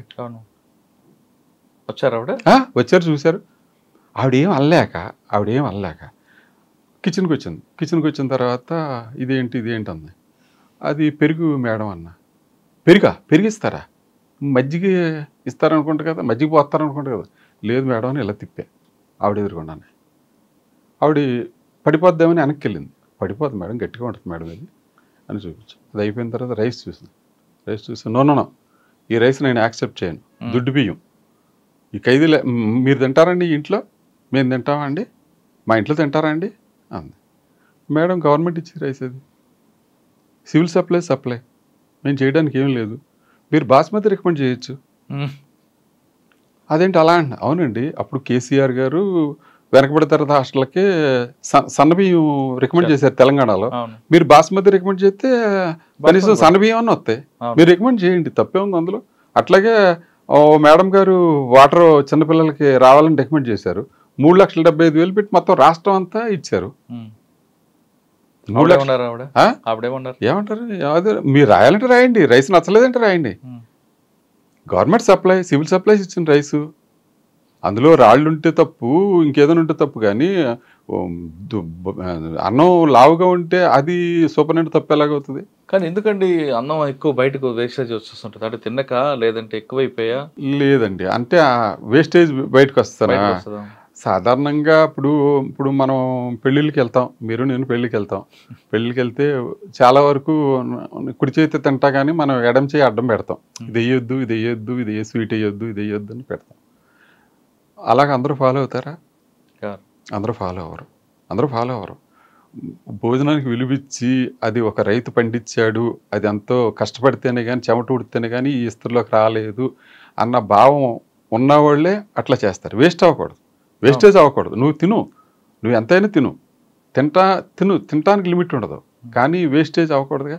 అట్లాంటి మైండ్ సెట్ ఉంటే పర్వాలా, ఆ మైండ్ సెట్ లేనప్పుడు వేస్టేజ్ అంతే. సాధారణంగా యూటీ ప్రిజనర్ కానీ ఎన్ని గ్రాములు రైస్ కేటాయిస్తారండి? ఎన్ని గ్రాముల కూర కానీ, ఎన్ని గ్రాముల మటన్ కానీ, లేదా ఎన్ని గ్రాముల చికెన్ కానీ? పాత స్కేల్ అయితే 1/4 kg కూరగాయలు ఉండేయండి పాత స్కేలు. అలాగే 300 గ్రాములు రైస్ రిమైండ్ వాళ్ళకి ఉండేది. చాలా వరకు అదంతా సరిపోద్దండి. మీరు అన్నారు చూసారా వేస్టేజ్ బయటకు వెళ్తుందని, దాన్ని బట్టి మీకు అర్థం అది ఎవరు కూడా ఇన్సఫిషియెంట్గా ఉంటారు. తర్వాత ప్రెజెంట్ ఉన్న రూల్ ప్రకారం ఎన్ని గ్రాములు ఇస్తారండి? 300 గ్రాములు ఇస్తారా? 300 అంటే ఆ 300 గ్రాముల రైస్ లోనే టిఫిన్ కానీ 600 రిమైండ్ వాళ్ళకి, 700 ఏమో శిక్ష పడ్డ ఖైదీలకి. 700 grams కన్విట్ పర్ డే. అంటే అందులోనే టిఫిన్, అందులోనే బ్రేక్ఫాస్ట్, అందులోనే లంచ్, డిన్నర్. ఓకే, అందులో దాన్ని ఏం చేస్తారంటే పులిహోర చేయొచ్చు, రవ్వ చేయొచ్చు, లేకపోతే పుల్కాలు చేయొచ్చు. వీటని ఎక్కువగా ఇస్తారు. ఇప్పుడు కొంతమంది షుగర్ ఉంటుంది, షుగర్ ఉన్న పేషెంట్లకి చపాతీ ఇస్తారండి, చపాతీ రాయించుకుంటారు. కొంతమంది జొన్న రొట్టెలే కావాలి నాకు, వంకాయ కూర. జొన్న మనకి ఇంకా ఇంప్లిమెంట్ అవ్వలేదండి, ఆ స్కేల్లో తీసుకురాలేదు. మీరు అన్నట్టు అంత బయట సమాజంలో కూడా మిల్లెట్స్ మీద అంత అవగాహన రాలేదు. అలాంటిది ఖైదీలకి కొంతమంది వచ్చారండి, తెలుసో తెలియని నేరం చేసి లోపలికి వచ్చిన తర్వాత నాకు రైస్ వద్దు, చపాతి వద్దు, సర్వపిండి చెక్కలు కావాలి, జొన్న రొట్టె కావాలి, వంకాయ కూర కావాలి. అట్లా పైగా ఇంకోటి ఏంటంటే జైల్లో సాధారణంగా కూరగాయల్లో కూడా జైల్లో పండించిన కూరగాయలు అనుకోండి, ముందు ఆ కూరగాయలకి ప్రిఫరెన్స్. ఎందుకంటే గవర్నమెంట్కి అదనంగా డబ్బులు పెట్టుకోకుండా లోపల పండిన కూరగాయలే తినాలి. నెక్స్ట్ కాంట్రాక్ట్ దగ్గర సరిపోతే బయట నుంచి తీసుకోవచ్చు. అది సార్ మీరు విజయవాడ జైలు పనిచేశారు, అక్కడ సేలం శెట్టి వెంకటరమణ ఎప్పుడైనా ఎదురుపడ్డా? చెప్పండి. ఆయన పేరు చెప్తే భయపడతారని చెప్తాడు. అట్లా ఏముంటదండి, సేలం శెట్టి వెంకటరమణ కూడా నేను మీ ఇంటర్వ్యూ కూడా చూశాను, అతను మాట్లాడిన మాటలు కూడా చూశాను. జైల్లో ఏదైనా జరుగుద్దని చెప్పడం కూడా నేను విన్నాను. ఏం జరుగుద్ది సేలం శెట్టి వెంకటరమణ నాకు తెలుసున్న అతనే, నేను చూశాను, నేను ఫేస్ చేసి విజయవాడ జిల్లా జైల్లో చేశాను. నేను ఉండగానే రిమాండ్కి వచ్చాడు, నేను ఉండగానే రిలీజ్ అయ్యాడు కూడా. సార్ మీ సర్వీస్లో మీకు బాగా గుర్తుండిపోయిన సంఘటన, ఈ జైలు నా వల్ల డెవలప్ అయింది, ఈ జైల్లో నేను కొన్ని చేయలేకపోయానని కానీ, లేదు ఈ వ్యక్తి నేను మార్చలేకపోయానని కానీ, లేదా ఇంకొకటి ఈ వ్యక్తి నాకు సర్వీస్లో మర్చిపోలేని విధంగా నన్ను ఇబ్బంది పెట్టాడని కానీ? ఇబ్బంది పెట్టడం అంటే అట్లా ప్రత్యేకంగా మనం వ్యక్తిగతంగా ఫీల్ అవ్వాల్సిన అవసరం అయితే లేదు. అది అందులో మనం సూపరింటెండెంట్ క్యారెక్టర్లో మనం ఉద్యోగం చేయాలి. ఇండివిజువల్గా భోగేశ్వరరావు వేరు, ఆ జైలు సూపరింటెండెంట్ వేరు. జైలు సూపరింటెండెంట్కి ఏమైతే ఫెసిలిటీస్ ఉన్నాయో, ఏమైతే చట్టం వెసులుబాటు ఇచ్చిందో ఆ ప్రకారం పనిచేసుకుంటూ వెళ్ళటమే. మోర్ దాన్ దట్ అది కనుక దాటినట్టు అయితే మనం చేయగలిగింది ఏం లేదు. అలాగే నాకు సర్వీస్లో బాగా సంతోషాన్ని ఇచ్చిన జైలు శ్రీకాకుళం జైలు. శ్రీకాకుళం జైల్లో నేను పాదం పెట్టేటప్పటికి ఒక రకంగా ఉంది, నేను కాలు బయట పెట్టేటప్పటికి వేరే రకంగా అయింది. కొంతమంది అయితే నన్ను అడిగారు, నీకు రివార్డ్ ఇవ్వలేదు అని. నేను రివార్డు కోసం అయితే నేను పనిచేయలే, నా మానసిక తృప్తి కోసం నేను పనిచేశా. ఈ జైలు అంతకుముందు ఎలా ఉందో నా ముద్ర వేస్తే, ఈ ఫిల్మ్ బై రాజమౌళి అన్న ముద్ర వేసా అనండి ఎలా విడుదల చేస్తాడో అలాగే శ్రీకాకుళం జైలు నుంచి నేను బయటకు వెళ్ళేదాడు నాకు అట్లాగే ఉండాలి. అట్లాగే అన్నీ మార్చా, సర్వం మార్చా. హుదూద్ తుఫాను కూడా నేను ఉండగానే జరిగింది. ఆ హుదూద్ తుఫాను కూడా శ్రీకాకుళం ఊరంతా చీకట్ల మయం, కానీ ఒక్క శ్రీకాకుళం జైలు మట్టికి ఫ్లడ్ లైట్ల మయం. ఎందుకంటే ఫుల్గా జనరేటర్ పెట్టాం, ఫుల్గా ఆయిల్ తెచ్చుకున్నాం, ఫుల్గా పెట్టాం. మా డిఏజీ గారు ఫోన్ చేసి అడిగారు, భోగేశ్వరరావు ఎలాగా ఏమైనా ఇబ్బంది? ఏం ఇబ్బంది లేదు సార్, ఊరంతా డెంజన్ సార్, ఊరంతా డెంజన్ సార్, మాకు మాత్రం ఏం ప్రాబ్లం లేదు. తెల్లవారుజామున ఒక టేక్ షీట్ పడిపోయి పైప్ లైన్ ఊడిపోయింది. అప్పటికప్పుడు అది మిషనరీ షాప్కి వెళ్ళి ఒక పైప్ తీసుకొచ్చి 2 క్లాంపులు వేసేసి మా తెలివితేటలతో దాన్ని బిగించేసేసి మళ్ళీ రిస్టోర్ చేసేసాం మధ్యాహ్నానికల్లా. సార్ మీరు ములాఖతులు చాలా చూసుంటారు మీ సర్వీస్లో, ఇన్నర్ ములాఖత్ అవ్వచ్చు, అవుటర్ ములాఖత్. ములాఖతులు ఎవరికి ఇన్నర్ ఇస్తారు, ఎవరికి అవుటర్ ఇస్తారండి? ఇప్పుడు అసలు ములాఖతులు విధానమే మారిపోయింది చాలా వరకు. ఇప్పుడు మీరు అనుకున్నట్టు అనంతపురం జైలు ఉంది, అనంతపురం జైల్లో గ్లాస్కి అవతల గ్లాస్కి అవతల, ఫోన్ అటు ఫోన్ ఇటు. ఎందుకంటే ఆ తీగల్లోంచి కూడా ఏమన్నా మన ఐటమ్స్ వెళ్ళిపోతాయని అద్దాల్లో పెట్టేసి అటు ఫోన్ ఇటు ఫోన్ పెట్టాను. కానీ కొన్ని ఇన్నర్ ములాఖతులు ఉంటాయి కదండి. ఇన్నర్ ములాఖత్ అంటే ఇప్పుడు లీగల్ ములాఖత్ ఉంది, లీగల్ ములాఖత్ ఇన్నర్లో పిలుస్తారు, అతను పిలుస్తారు, సంతకం పెట్టిస్తారు. కానీ చాలా ములాఖతులు చూస్తుంటారు. దానికి ప్యాథటిక్ కేసు అని గుర్తుందండి. పిల్లలు ఏడుస్తుంటారు, భార్య వచ్చి భర్త కోసం ఏడుస్తుంది, అమ్మ వచ్చి కొడుకు కోసం ఏడుస్తుంటుంది. చాలా నేను కొన్ని జైలు చూసినప్పుడు చాలా బాధ అనిపిస్తుంటుంది. వాళ్ళు తెలుసో తెలియని నేరం చేసి లోపలికి వస్తాడు, ఆ కుటుంబం చిన్నాభిన్నం అయిపోతుంటుంది, నాన్న ఎప్పుడు వస్తాడని పిల్లలు అడుగుతుంటారు.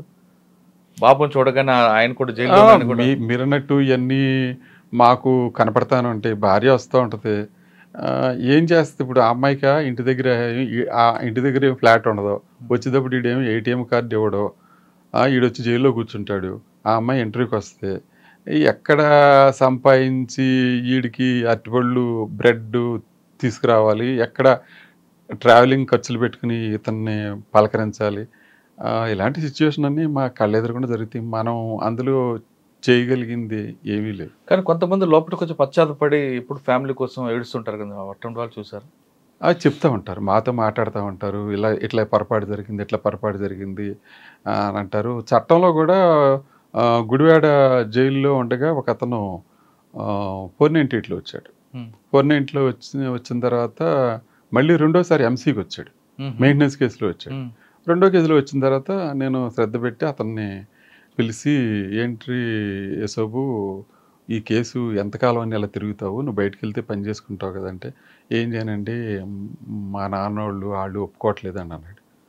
నన్ను మాట్లాడమంటే నేను మాట్లాడతాను అన్న, మాట్లాడండి అన్నాడు. నేను మేజిస్ట్రేట్ గారిని కలవటానికి వెళ్తే ఈ భార్య తాలూకు పేరెంట్స్ అక్కడ నుంచి ఉన్నారు. నాకు తెలియదు వాళ్ళ పేరెంట్స్ అని. నేను వెళ్తుంటే ఆయనే సూపరింటెండెంట్ గారు, వీళ్ళ దగ్గరే యేసుబాబు జైల్లో ఉన్నాడని అనుకున్నాను. అంటే నేను తిరిగి వచ్చేటప్పుడు నమస్కారం పెట్టారు వాళ్ళు. అమ్మాయి ఏంటి ఇలాగండి యేసుబాబు అండి.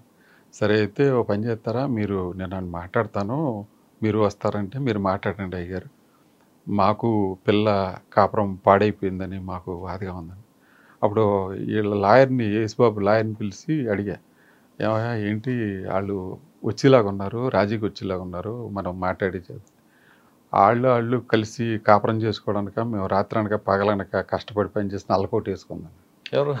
లాయర్. అడ్వకేట్ అన్నాడు. వాళ్ళు కలిసి కాపురం చేసుకోవడానిక, మేము రాత్రనక పగలనక కష్టపడి నల్లకోట వేసుకుందాం అన్నాడు. ఏంటండి ఆ మాట? నాతో ఫ్రెండ్లీగానే ఉంటాడు, నాతో కాఫీ తాగేవాళ్ళు, అట్లా మాట్లాడు. ఇది జీవితం అండి, ప్రాక్టీస్ కాదు, జీవితం అది అని అన్న. తర్వాత వాళ్ళిద్దరూ కలిశారు. తర్వాత వాళ్ళకి పిల్లోడు పుట్టాడు. పిల్లోడు పుట్టిన తర్వాత ఈ యేసుబాబు తండ్రి పిల్లోడిని ఎత్తుకుని మెడలో బంగారు చైన్ వేసుకుని తీసుకుని నా దగ్గరికి వచ్చాడు. సార్ మీ వల్ల మాకు మనవడు పుట్టాడు సార్, ఇదోటి సార్ చైన్ చేయించాను అని అన్నాడు. ఫోన్లేరా నా మాట వల్ల మీ కాపురం సెట్ అయింది, అట్లాంటి కొంచెం మంచి మన వల్ల వీళ్ళకి మేలు జరిగింది అని అంటే చాలా ఇష్టమే కదా. అట్లాగే శ్రీకాకుళం జైల్లో లైఫర్స్ ఉండేవాళ్ళు. జీవో ఇచ్చింది గవర్నమెంట్. బటాబటిగా రిలీజ్ అవుతారా లేదా అన్న సంశయంలో ఉన్నారు. ఉంటే నేను వాళ్ళ రికార్డ్ అంతా వెరిఫై చేశాను. వెరిఫై చేస్తే 1 or 2 రికార్డులో మిస్టేక్స్ కనపడి వైజాగ్ సెంట్రల్ జైలుకి రాశా. క్లారిఫికేషన్ తీసుకుని వాళ్ళకి చేసి నేను ఎంతవరకు అయితే మ్యాక్సిమం రెమిషన్ ఇవ్వచ్చో అంత మ్యాక్సిమం రెమిషన్ ఇచ్చేసి డీజీ గారికి కూడా మీరు కూడా మ్యాక్సిమం రెమిషన్ ఇవ్వండి అని నేను రాశాను. రాస్తే డీజీ గారు నన్ను క్లారిఫికేషన్ అడిగారు. ఏంటి భోగేశ్వరరావు అందరికీ రెమిషన్ ఎట్లాగా యూనిఫారంగా ఎట్లా ఇస్తారు అని అంటే అందరూ మంచివాళ్ళేనండి. వాళ్ళందరూ బాగా చేయబట్టే నేను రోజుకి 2,000 రూపాయల కూరగాయలు నేను జైలు డిపార్ట్మెంట్ తరఫున అమ్ముతున్నా. వాళ్ళందరూ పనిచేస్తున్నారు కాబట్టి. అలా కాదు, కొంతమంది బాగా చేసేవాళ్ళు నా దగ్గర అట్లాంటి వాళ్ళు ఎవరు లేరండి. మీరు కూడా అడుగుతున్నారు చాలా వరకు, ఏమన్నా ముద్దాయి మిమ్మల్ని ఇబ్బంది పెట్టాడా, ఏమన్నా ట్రబుల్ పడ్డారా. మనం చాలా వరకు మనం నిజాయితీగా నిబద్ధతగా పార్షియాలిటీ లేకుండా ఉద్యోగం చేస్తే 10 మందిలో ఒక 8 మంది అన్నా ట్రబుల్ పెట్టాలని మాత్రం ప్రయత్నం చేయరు. అవును, ఇద్దరు ఉంటారు, ఎక్కడే ఉంటారు. 1 or 2 అన్నది అదే, అది అన్అవాయిడబుల్. దాన్ని మనం పట్టించుకోకర్లా. అప్పుడు ఈ ఇద్దరికి కూడా 8 మందే సమాధానం చెప్తారు. ఇలాంటి వాడు కనుక మనకు లేకపోయినట్టయితే ఈ వ్యవస్థ భ్రష్టు పట్టిపోద్దురా అని అందులో ఆ ఇద్దరిని ఈ 8 మంది చెప్పగలుగుతారు. సార్ రెమిషన్ ఎలాగిస్తారండి అసలు? రెమిషన్కి రూల్స్ ఉన్నాయి సార్. రూల్స్ ప్రకారంగా కిచెన్లో పనిచేసే వాళ్ళకి ఒక రెమిషను, బయట క్లీనింగ్ చేసే వాళ్ళకి ఒక రెమిషను, గార్డెన్లో పనిచేసే వాళ్ళకి ఒక రెమిషను, అట్లా ప్రిస్క్రైబ్ స్కేల్ ఉంటుంది. ఆ స్కేల్ ప్రకారం ఇస్తారు. ఏదైనా రెమిషన్ 1/3 ఆఫ్ ది సెంటెన్స్ మాత్రం మించకూడదు. సపోజ్ 3 సంవత్సరాల శిక్ష ఉందనుకోండి, 1 year కంటే మించకూడదు అట్లా. కానీ జైల్లో పనిచేసిన ఫ్యాక్టరీలో కానీ లేదంటే మీరు చెప్తున్న వ్యవసాయంలో కానీ ఒక ఖైదీ పనిచేస్తాడు అనుకోండి, రోజుకి అతనికి ఎంత ఇస్తారు వేతనం? వేతనం అప్పట్లో తక్కువే ఉండేదండి. అదే రోజు రోజుకి మారిపోతూ ఉంటుంది. అది వేతనం అంటే ఆ ఉత్పాదకతో సంబంధం పడ్డ వేతనం కాదు కదండి. అతనికి పని కల్పించాలని బాధ్యత గవర్నమెంట్ది. అతనికి ఏదో ఒక యావిగేషన్లో అతనికి పెట్టడానికి అది బయట వచ్చి లేబర్తో పోల్చడం అన్నది మాత్రం సరే, లేబర్ యాక్ట్ ప్రకారం సరే అయితే కాదు. సార్ ఫైనల్గా చెప్పండి, మీరు సర్వీసులకు వచ్చినప్పుడు డిపార్ట్మెంట్ ఎలాగుంది? రిటైర్ అయ్యే సమయానికి డిపార్ట్మెంట్లో మార్పు వచ్చిందా లేదా? చాలా వరకు అండి, చాలా వరకు. అసలు ఇంకోటి ఏంటంటే, నేను సర్వీస్లో జాయిన్ అయిన తర్వాత కూడా 98లో కూడా మేము తమిళనాడు వెళ్ళాము. తమిళనాడు వెళ్ళినప్పుడు సెంట్రల్ జైల్లో కాన్విక్ట్ ప్రిజన్లకు కూడా సీలింగ్ ఫ్యాన్లు లేవు. లేకపోతే మేము డిఐజీ గారిని అడిగాం, ఏమండి మా దగ్గర రిమాండ్ ప్రిజనర్స్ కూడా సీలింగ్ ఫ్యాన్లు ఉంటాయి, మీ దగ్గర కాన్విక్ట్ ప్రిజనర్స్కి అది లైఫర్స్ కూడా సీలింగ్ ఫ్యాన్లు ఇవ్వలేదంటే, వాళ్ళ కాన్సెప్ట్లో వాళ్ళు ఏమన్నా, ఆ డిఐజీ గారు ఏమన్నారంటే, వాళ్ళకి సీలింగ్ ఫ్యాన్ ఎత్తి ఇంటికి జైలుకి తేడా ఏముంటుందండి అన్నారు. అది వాళ్ళ కాన్సెప్ట్. కానీ అప్పటికే మాకు నిజంగా చెప్పుకోవాలంటే చాలామంది ఆఫీసర్లు అందరూ దీని మీద మేధోమథనం చేసి ఈ స్కేల్ మార్చడానికి ఒకటి, డైట్ మెనూ మార్చడానికి ఒకటి, ఈ హైజెనిక్గా ఫుడ్ ఎలా పెట్టాలన్నది నిజంగా చెప్పాలంటే, మినరల్ వాటర్తో బియ్యం కడుక్కుని మీ ఇంట్లో పెట్టుకుంటారా సార్? శ్రీకాకుళం జైల్లో మినరల్ వాటర్తో కడిగి పెట్టేవాడు. ఎందుకనంటే మామూలు నీళ్ళు, మాకు మినరల్ వాటర్ రోజుకు 3,000 లీటర్లు వస్తుంది. అది ఖైదీలు అడిగారు నన్ను, ఎందులో సార్ అసలు ఎందులో పెట్టమంటారు? అరే ఎందులో మళ్ళీ ఆ నీళ్ళు పెడుతుందని మినరల్ వాటర్ పెట్టు. అన్నీ బాగుంటాయి కానీ ఫ్రీడమ్ ఒకటే ఉండదు. అన్నీ బాగుంటాయండి. అసలు జైల్లో పేపరు, టీవీ పేపర్ ఇస్తారండి. పేపర్ ఇస్తారు, ఏదో ప్రిస్క్రైబ్డ్ ఉంటుంది. ఒక 4-6 పేపర్ తీసుకోవాలని ఉంటుంది. అట్లా పేపర్ ఇస్తారు. క్యారమ్ బోర్డు ఉంటుంది, టీవీ ఉంటుంది. బయట అన్ని ప్రైవేట్ సినిమాలు వస్తాయా? టీవీలో ప్రైవేట్ సినిమాలు రావండి, దూరదర్శనే వస్తాయి మామూలుగా. అంతేగాని మరి మాకు సీరియల్ చూడాలంటే అట్లాంటిది ఏం లేదు, బయటకు వచ్చి చూడాల్సిందే. సార్ కొంతమంది జైలు అధికారులు అంటే మీలాంటి వాళ్ళని కాదు, కొంతమంది మాత్రం రిలీజ్ అయిన లోపల ఉన్న ఖైదీలతో ఆ ఫ్రెండ్షిప్ కంటిన్యూ చేసుకుంటూ బయటకు వచ్చా కూడా అదే కంటిన్యూ అవుతున్న కొన్ని సంఘటనలు ఉన్నాయి. అంటే మంచిగా అవుతుంది, ఇటు చెడుగా అవుతుంది. మంచిగా అయిన వాళ్ళు వీళ్ళ కుటుంబాల్లో ఫంక్షన్కి రావచ్చు, లేదు చెడుగా ఉన్న వాళ్ళు బయటకు వచ్చి నాకు జైలు సూపర్, నాకు ఫ్రెండ్ అంటూ మీకు బెయిల్ ఇప్పిస్తానో, లేదు జైల్లో బాగా చూసుకుంటానో ఒక మరో రకంగా ప్రలోభాలకు గురి చేస్తూ ఒక క్రైమ్ చేస్తుంటారు. ఇప్పుడు మీరు చెప్పిన మాటలోనే సమాధానం ఉంది. ఏంటంటే అలా ప్రలోభాలు చేస్తే రేపు పొద్దున్న రిస్క్ ఎవరికే? ఈ ఆఫీసర్కే కదా. అలాంటి ఆ ఆఫీసర్ అలాంటి ధైర్యం చేశాడంటే అది అతను ఫేస్ చేయాలి. అటువంటి వాళ్ళు మీకు ఎదురుపడ్డారు? లేదండి, మాకు అట్లాంటి ఎదురుపడలేదు. సాధారణంగా ఇప్పుడు నేను విజయవాడ జిల్లా జైల్లో చేశాను. చాలామంది రౌడీ షీటర్లు జైలుకి వచ్చారు. సేమ్ రౌడీ షీట్లలో నేను ఎప్పుడైనా ట్రైన్లో జర్నీ అవుతుంటే అప్పుడప్పుడు ఎదురు పడుతుంటారు. ఏ గుట్కా ప్యాకెట్లు అమ్ముకోవడానికి తిరుగుతుంటాడు వాడు ట్రైన్లో. సార్ నమస్తే సార్ అంటాడు. లోపల ఎంత నా మీద కోపం ఉన్నా బయట అట్లా ఎవరో ఏం ప్రవర్తన. మేము కూడా రూల్ ప్రకారం పనిచేసి ఇప్పుడు ఆవిడ దగ్గర మినరల్ వాటర్ పెట్టుకున్నాను, అది రూల్ ప్రకారం యాక్ట్ చేశాను. అందులో అతను అఫెండ్ అవ్వాల్సిన అవసరం లేదు. నా ఒంటి మీద యూనిఫారం ఇచ్చి నాకు జీతం ఇచ్చి నా పెళ్ళం బిడ్డలు పోషించుకుని డబ్బులు నాకు వస్తున్నప్పుడు నా ఉద్యోగం నేను చేయాలి కదా. దానికి అతను ఫీల్ అవ్వాల్సిందే ఉంది. సార్ ఫైనల్గా చెప్పండి, ఈ డిపార్ట్మెంట్ రావాలనుకున్న వాళ్ళకి మీరు ఇచ్చే మెసేజ్ ఏంటి? డిపార్ట్మెంట్ బాగా ఒక మోటివ్ తోటి వచ్చి ముద్దాయిలకు మార్చుకోవాలి. ఈ సమాజంలో మనకు కూడా బాధ్యత ఉంది. ఈ సమాజంలో మార్చి ఆ సమాజంలో ఏదైనా డీవియంట్ బిహేవియర్ అయిన వాళ్ళని వాళ్ళు మార్చే అవకాశం ఉంది అని అనుకుంటే ఇందులోకి వచ్చి చేయొచ్చు. బయట మిగతా డిపార్ట్మెంట్ లాగా పొలిటికల్ ప్రెషర్ అయితే మా మీద ఏం ఉండదు. ఎందుకంటే మేము జ్యుడిషియరీ కింద పనిచేస్తాం కాబట్టి ఏ పొలిటికల్ లీడర్ కూడా మమ్మల్ని ఎవరో డిక్టేట్ చేయరు. ఎవరైనా ఫోన్ చేసినా కానీ మా రూల్ ఇంతే, బెయిల్ వస్తే వదిలిపెడతాం, మీరు అడ్మిషన్ రావాలంటే అడ్మిషన్ రావాల్సిందే లోపలికి, అంతేగాని ఇంటికాడ ఉండి అడ్మిషన్ తీసుకోమంటే కుదరదు. ఎదురుకుండా నిలబడాల్సిందే, ఎదురుకుండా చెక్ చేయాల్సిందే, అందరితో పాటు ఖైదీలతో పాటు నిలబడాల్సిందే. అందులో సార్ బెయిల్ 6 తర్వాత వచ్చింది అనుకోండి, ఏం చేస్తారండి? అప్పటికే మీరు సాయంత్రం 6 తర్వాత లాకప్ అయిపోయిన తర్వాత చేయరండి. సూర్యాస్తం తర్వాత లాకప్ క్లోజ్ కదా రూల్ ప్రకారం. కానీ 6 గంటలకు బెయిల్ వచ్చింది అనుకోండి, బెయిల్ పేపర్ తర్వాత వస్తే చేయరు. మర్నాడు ఉదయం స్పెషల్ ఖైదీలకి స్పెషల్ ఖైదీలకు కూడా ఎవరికి చేయడానికి లేదని అక్కడ రికార్డ్ అయిపోతుంది. సాయంత్రం 572 లాకప్ అని ఉందనుకోండి, 572 రాత్రి అతను నైట్ డ్యూటీ వాళ్ళకి అప్పచెప్పేస్తాం. లాకప్ చేసి ఆ లాకప్ చేసేసి 572లో ఒక 62 మందికి ఒక బ్లాక్ ఉంటుంది, ఉదాహరణ 61 మందికి ఒక బ్లాక్ ఉంటుంది. అతను అంతకే సంతకం పెడతాడు. ఈ నైట్ రిటర్న్ కోర్టులు వస్తాయి. ఆ కోర్టులు వచ్చినప్పుడు వేరే చోట లాకప్లో వేస్తారు. తెల్లారుజామున మళ్ళీ 572 ప్లస్ ఇది ఒక 5 రిటర్న్ కలిపి 577కి అన్లాకింగ్ రిపోర్ట్ చెప్పాలి. అంతేగాని వీళ్ళని తీసుకొచ్చి అందులో యాడ్ చేయరు. నైట్ టైం లాకప్ ఓపెన్ చేసి అని చేయరు. కానీ బెయిల్ వచ్చిందని, బెయిల్ పేపర్ వచ్చింది అనుకోండి 7 గంటల మీ చేతికి, అప్పుడు వస్తే మళ్ళీ మర్నాడు ఉదయం అండి. మర్నాడు బయటికి పంపించినప్పుడు ఖచ్చితంగా టిఫిన్ ఇచ్చి పంపిస్తారంట. ఎందుకు? ఆ పొద్దున్నే టీ తయారైపోతుందండి. పొద్దున్నే టీ తయారైపోతుంది. ఇప్పుడు సబ్జెక్ట్ ఉంది ఉదాహరణ, సాధారణంగా పేదవాళ్ళే వస్తారు కానీ డబ్బు ఉన్నవాడు ఎవడు రాడు. సరే పేదవాడు వచ్చాడు, పొద్దున్నే ఆడు మామూలుగా ఒక హోమ్లీగా పొద్దున్నే లేచి ఆడు బెయిల్ వచ్చేసిందంటే వెంటనే పరిగెత్తిపోవాలి. మామూలు స్నానం చేస్తాడు, మళ్ళీ బట్టలు వేసుకుంటాడు, పాత బట్టలు ఉంటే మడత పెట్టుకుంటాడు, అన్నీ పెట్టుకుని ఉంటాడు. కిచెన్లోకి వెళ్ళి టీ అయితే టీ తాగుతాడు, టిఫిన్ కూడా తినేస్తాడు.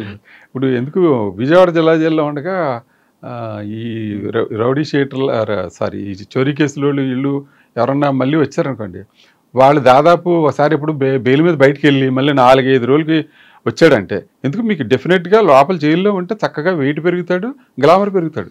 అందులో అనుమానం లేదు. టెన్షన్ ఉండదు. చక్కగా టైమ్లీ ఫుడ్, బ్యాడ్ హ్యాబిట్స్ ఏమి ఉండవు, ఆల్కహాల్ ఉండదు, గుట్టగా ఉండదు, ఏమి ఉండదు. చక్కగా ఉండేది మొక్కలో గ్లామర్ వస్తుంది. వీడు రిలీజ్ అయిపోయి మళ్ళీ పోలీస్ స్టేషన్ మళ్ళీ మా దగ్గరకు వస్తాడు చూసారా, అప్పటికి ఇప్పటికి ఫోటో పెడితే బోల్డ్ తేడా కనపడుతుంది. అసలు మామూలుగా జైల్లో కొత్తంటే అతను ఒక ఇంటికి వస్తున్నట్టుగా అట్లా ఫీల్ అవుతారు అనమాట కొంతమంది. పాత నేరస్తులు. షేవింగ్ ఎవరు చేస్తారండి జైల్లో? షేవింగ్ చేయడానికి మా బార్బర్ ఉంటాడు. అందులోనూ వీళ్ళు కూడా అసిస్టెంట్ గా చేసుకుంటారు. అంటే ఒక బ్లేడ్ ఒకరికి ఇస్తారా? బ్లేడ్ లేదండి, మనిషికి బ్లేడ్ ఇస్తారు. రికార్డ్ పరంగా ఆ బ్లేడ్ తీస్తున్నప్పుడే ఒక వ్యక్తి మీద ఉంది, నా మీద కోపం ఉంది అనుకోండి, అలాగే అందరికీ ఎవరు కదండి రేదరా, అందరికీ ఎవరు కదా, అందరికి ఇస్తే మీరన్నట్టు అది చాలా ఏదైనా రిస్కే కదా సార్. ఆఫీసర్ ఎవరు ఉద్యోగం మీద ఎవరు ఇబ్బంది పెట్టుకోరు కదా సార్. మీకు నమ్మకస్తుల వ్యక్తులకే ఇస్తారు. అంతే. బట్టలు ఐరన్ చేసుకోవడం, అది బట్టలు ఐరన్ చేసుకోవడానికి ఒక దోబీ ఉంటాడండి. ఆ దోబీ సాధారణంగా రాజమండ్రి సెంటర్ జైలు ఉంది, అందులోనే దోబీ ఖానా అని వేరే ఉంటుంది. అందులో ఇస్త్రీ చేస్తారు, ఇస్త్రీ చేసినందుకు డబ్బులు తీసుకుంటారు, అట్లా చేస్తారు. జైలు డిపార్ట్మెంట్లో పనిచేసే వాళ్ళు ఒక మోటివేషన్తో ఒక ప్యాషన్తో వాళ్ళు మాత్రమే రండి అంటున్నారు భోగేశ్వర గారు. ఇక్కడ మిగతా వాళ్ళకి ప్రయత్నించుకుంటుంది, అదేవిధంగా పొలిటికల్ ప్రజలు అస్సలు ఉండదు కాబట్టి ఇక్కడ రండి, ఖైదీల్లో పరివర్తన తీసుకురావడానికి ఇది మంచి ఫెసిలిటీ అంటూ, మంచి ఆపర్చునిటీ అంటూ చెప్తున్నారు భోగేశ్వర గారు. ఇది భోగేశ్వర గారితో ఎక్స్క్లూజివ్ ఇంటర్వ్యూ. వచ్చే వారం మరొక ఇష్టం మళ్ళీ కలుద్దాం. అందరికీ నమస్తే. Thank you sir. Thank you very much. నమస్తే.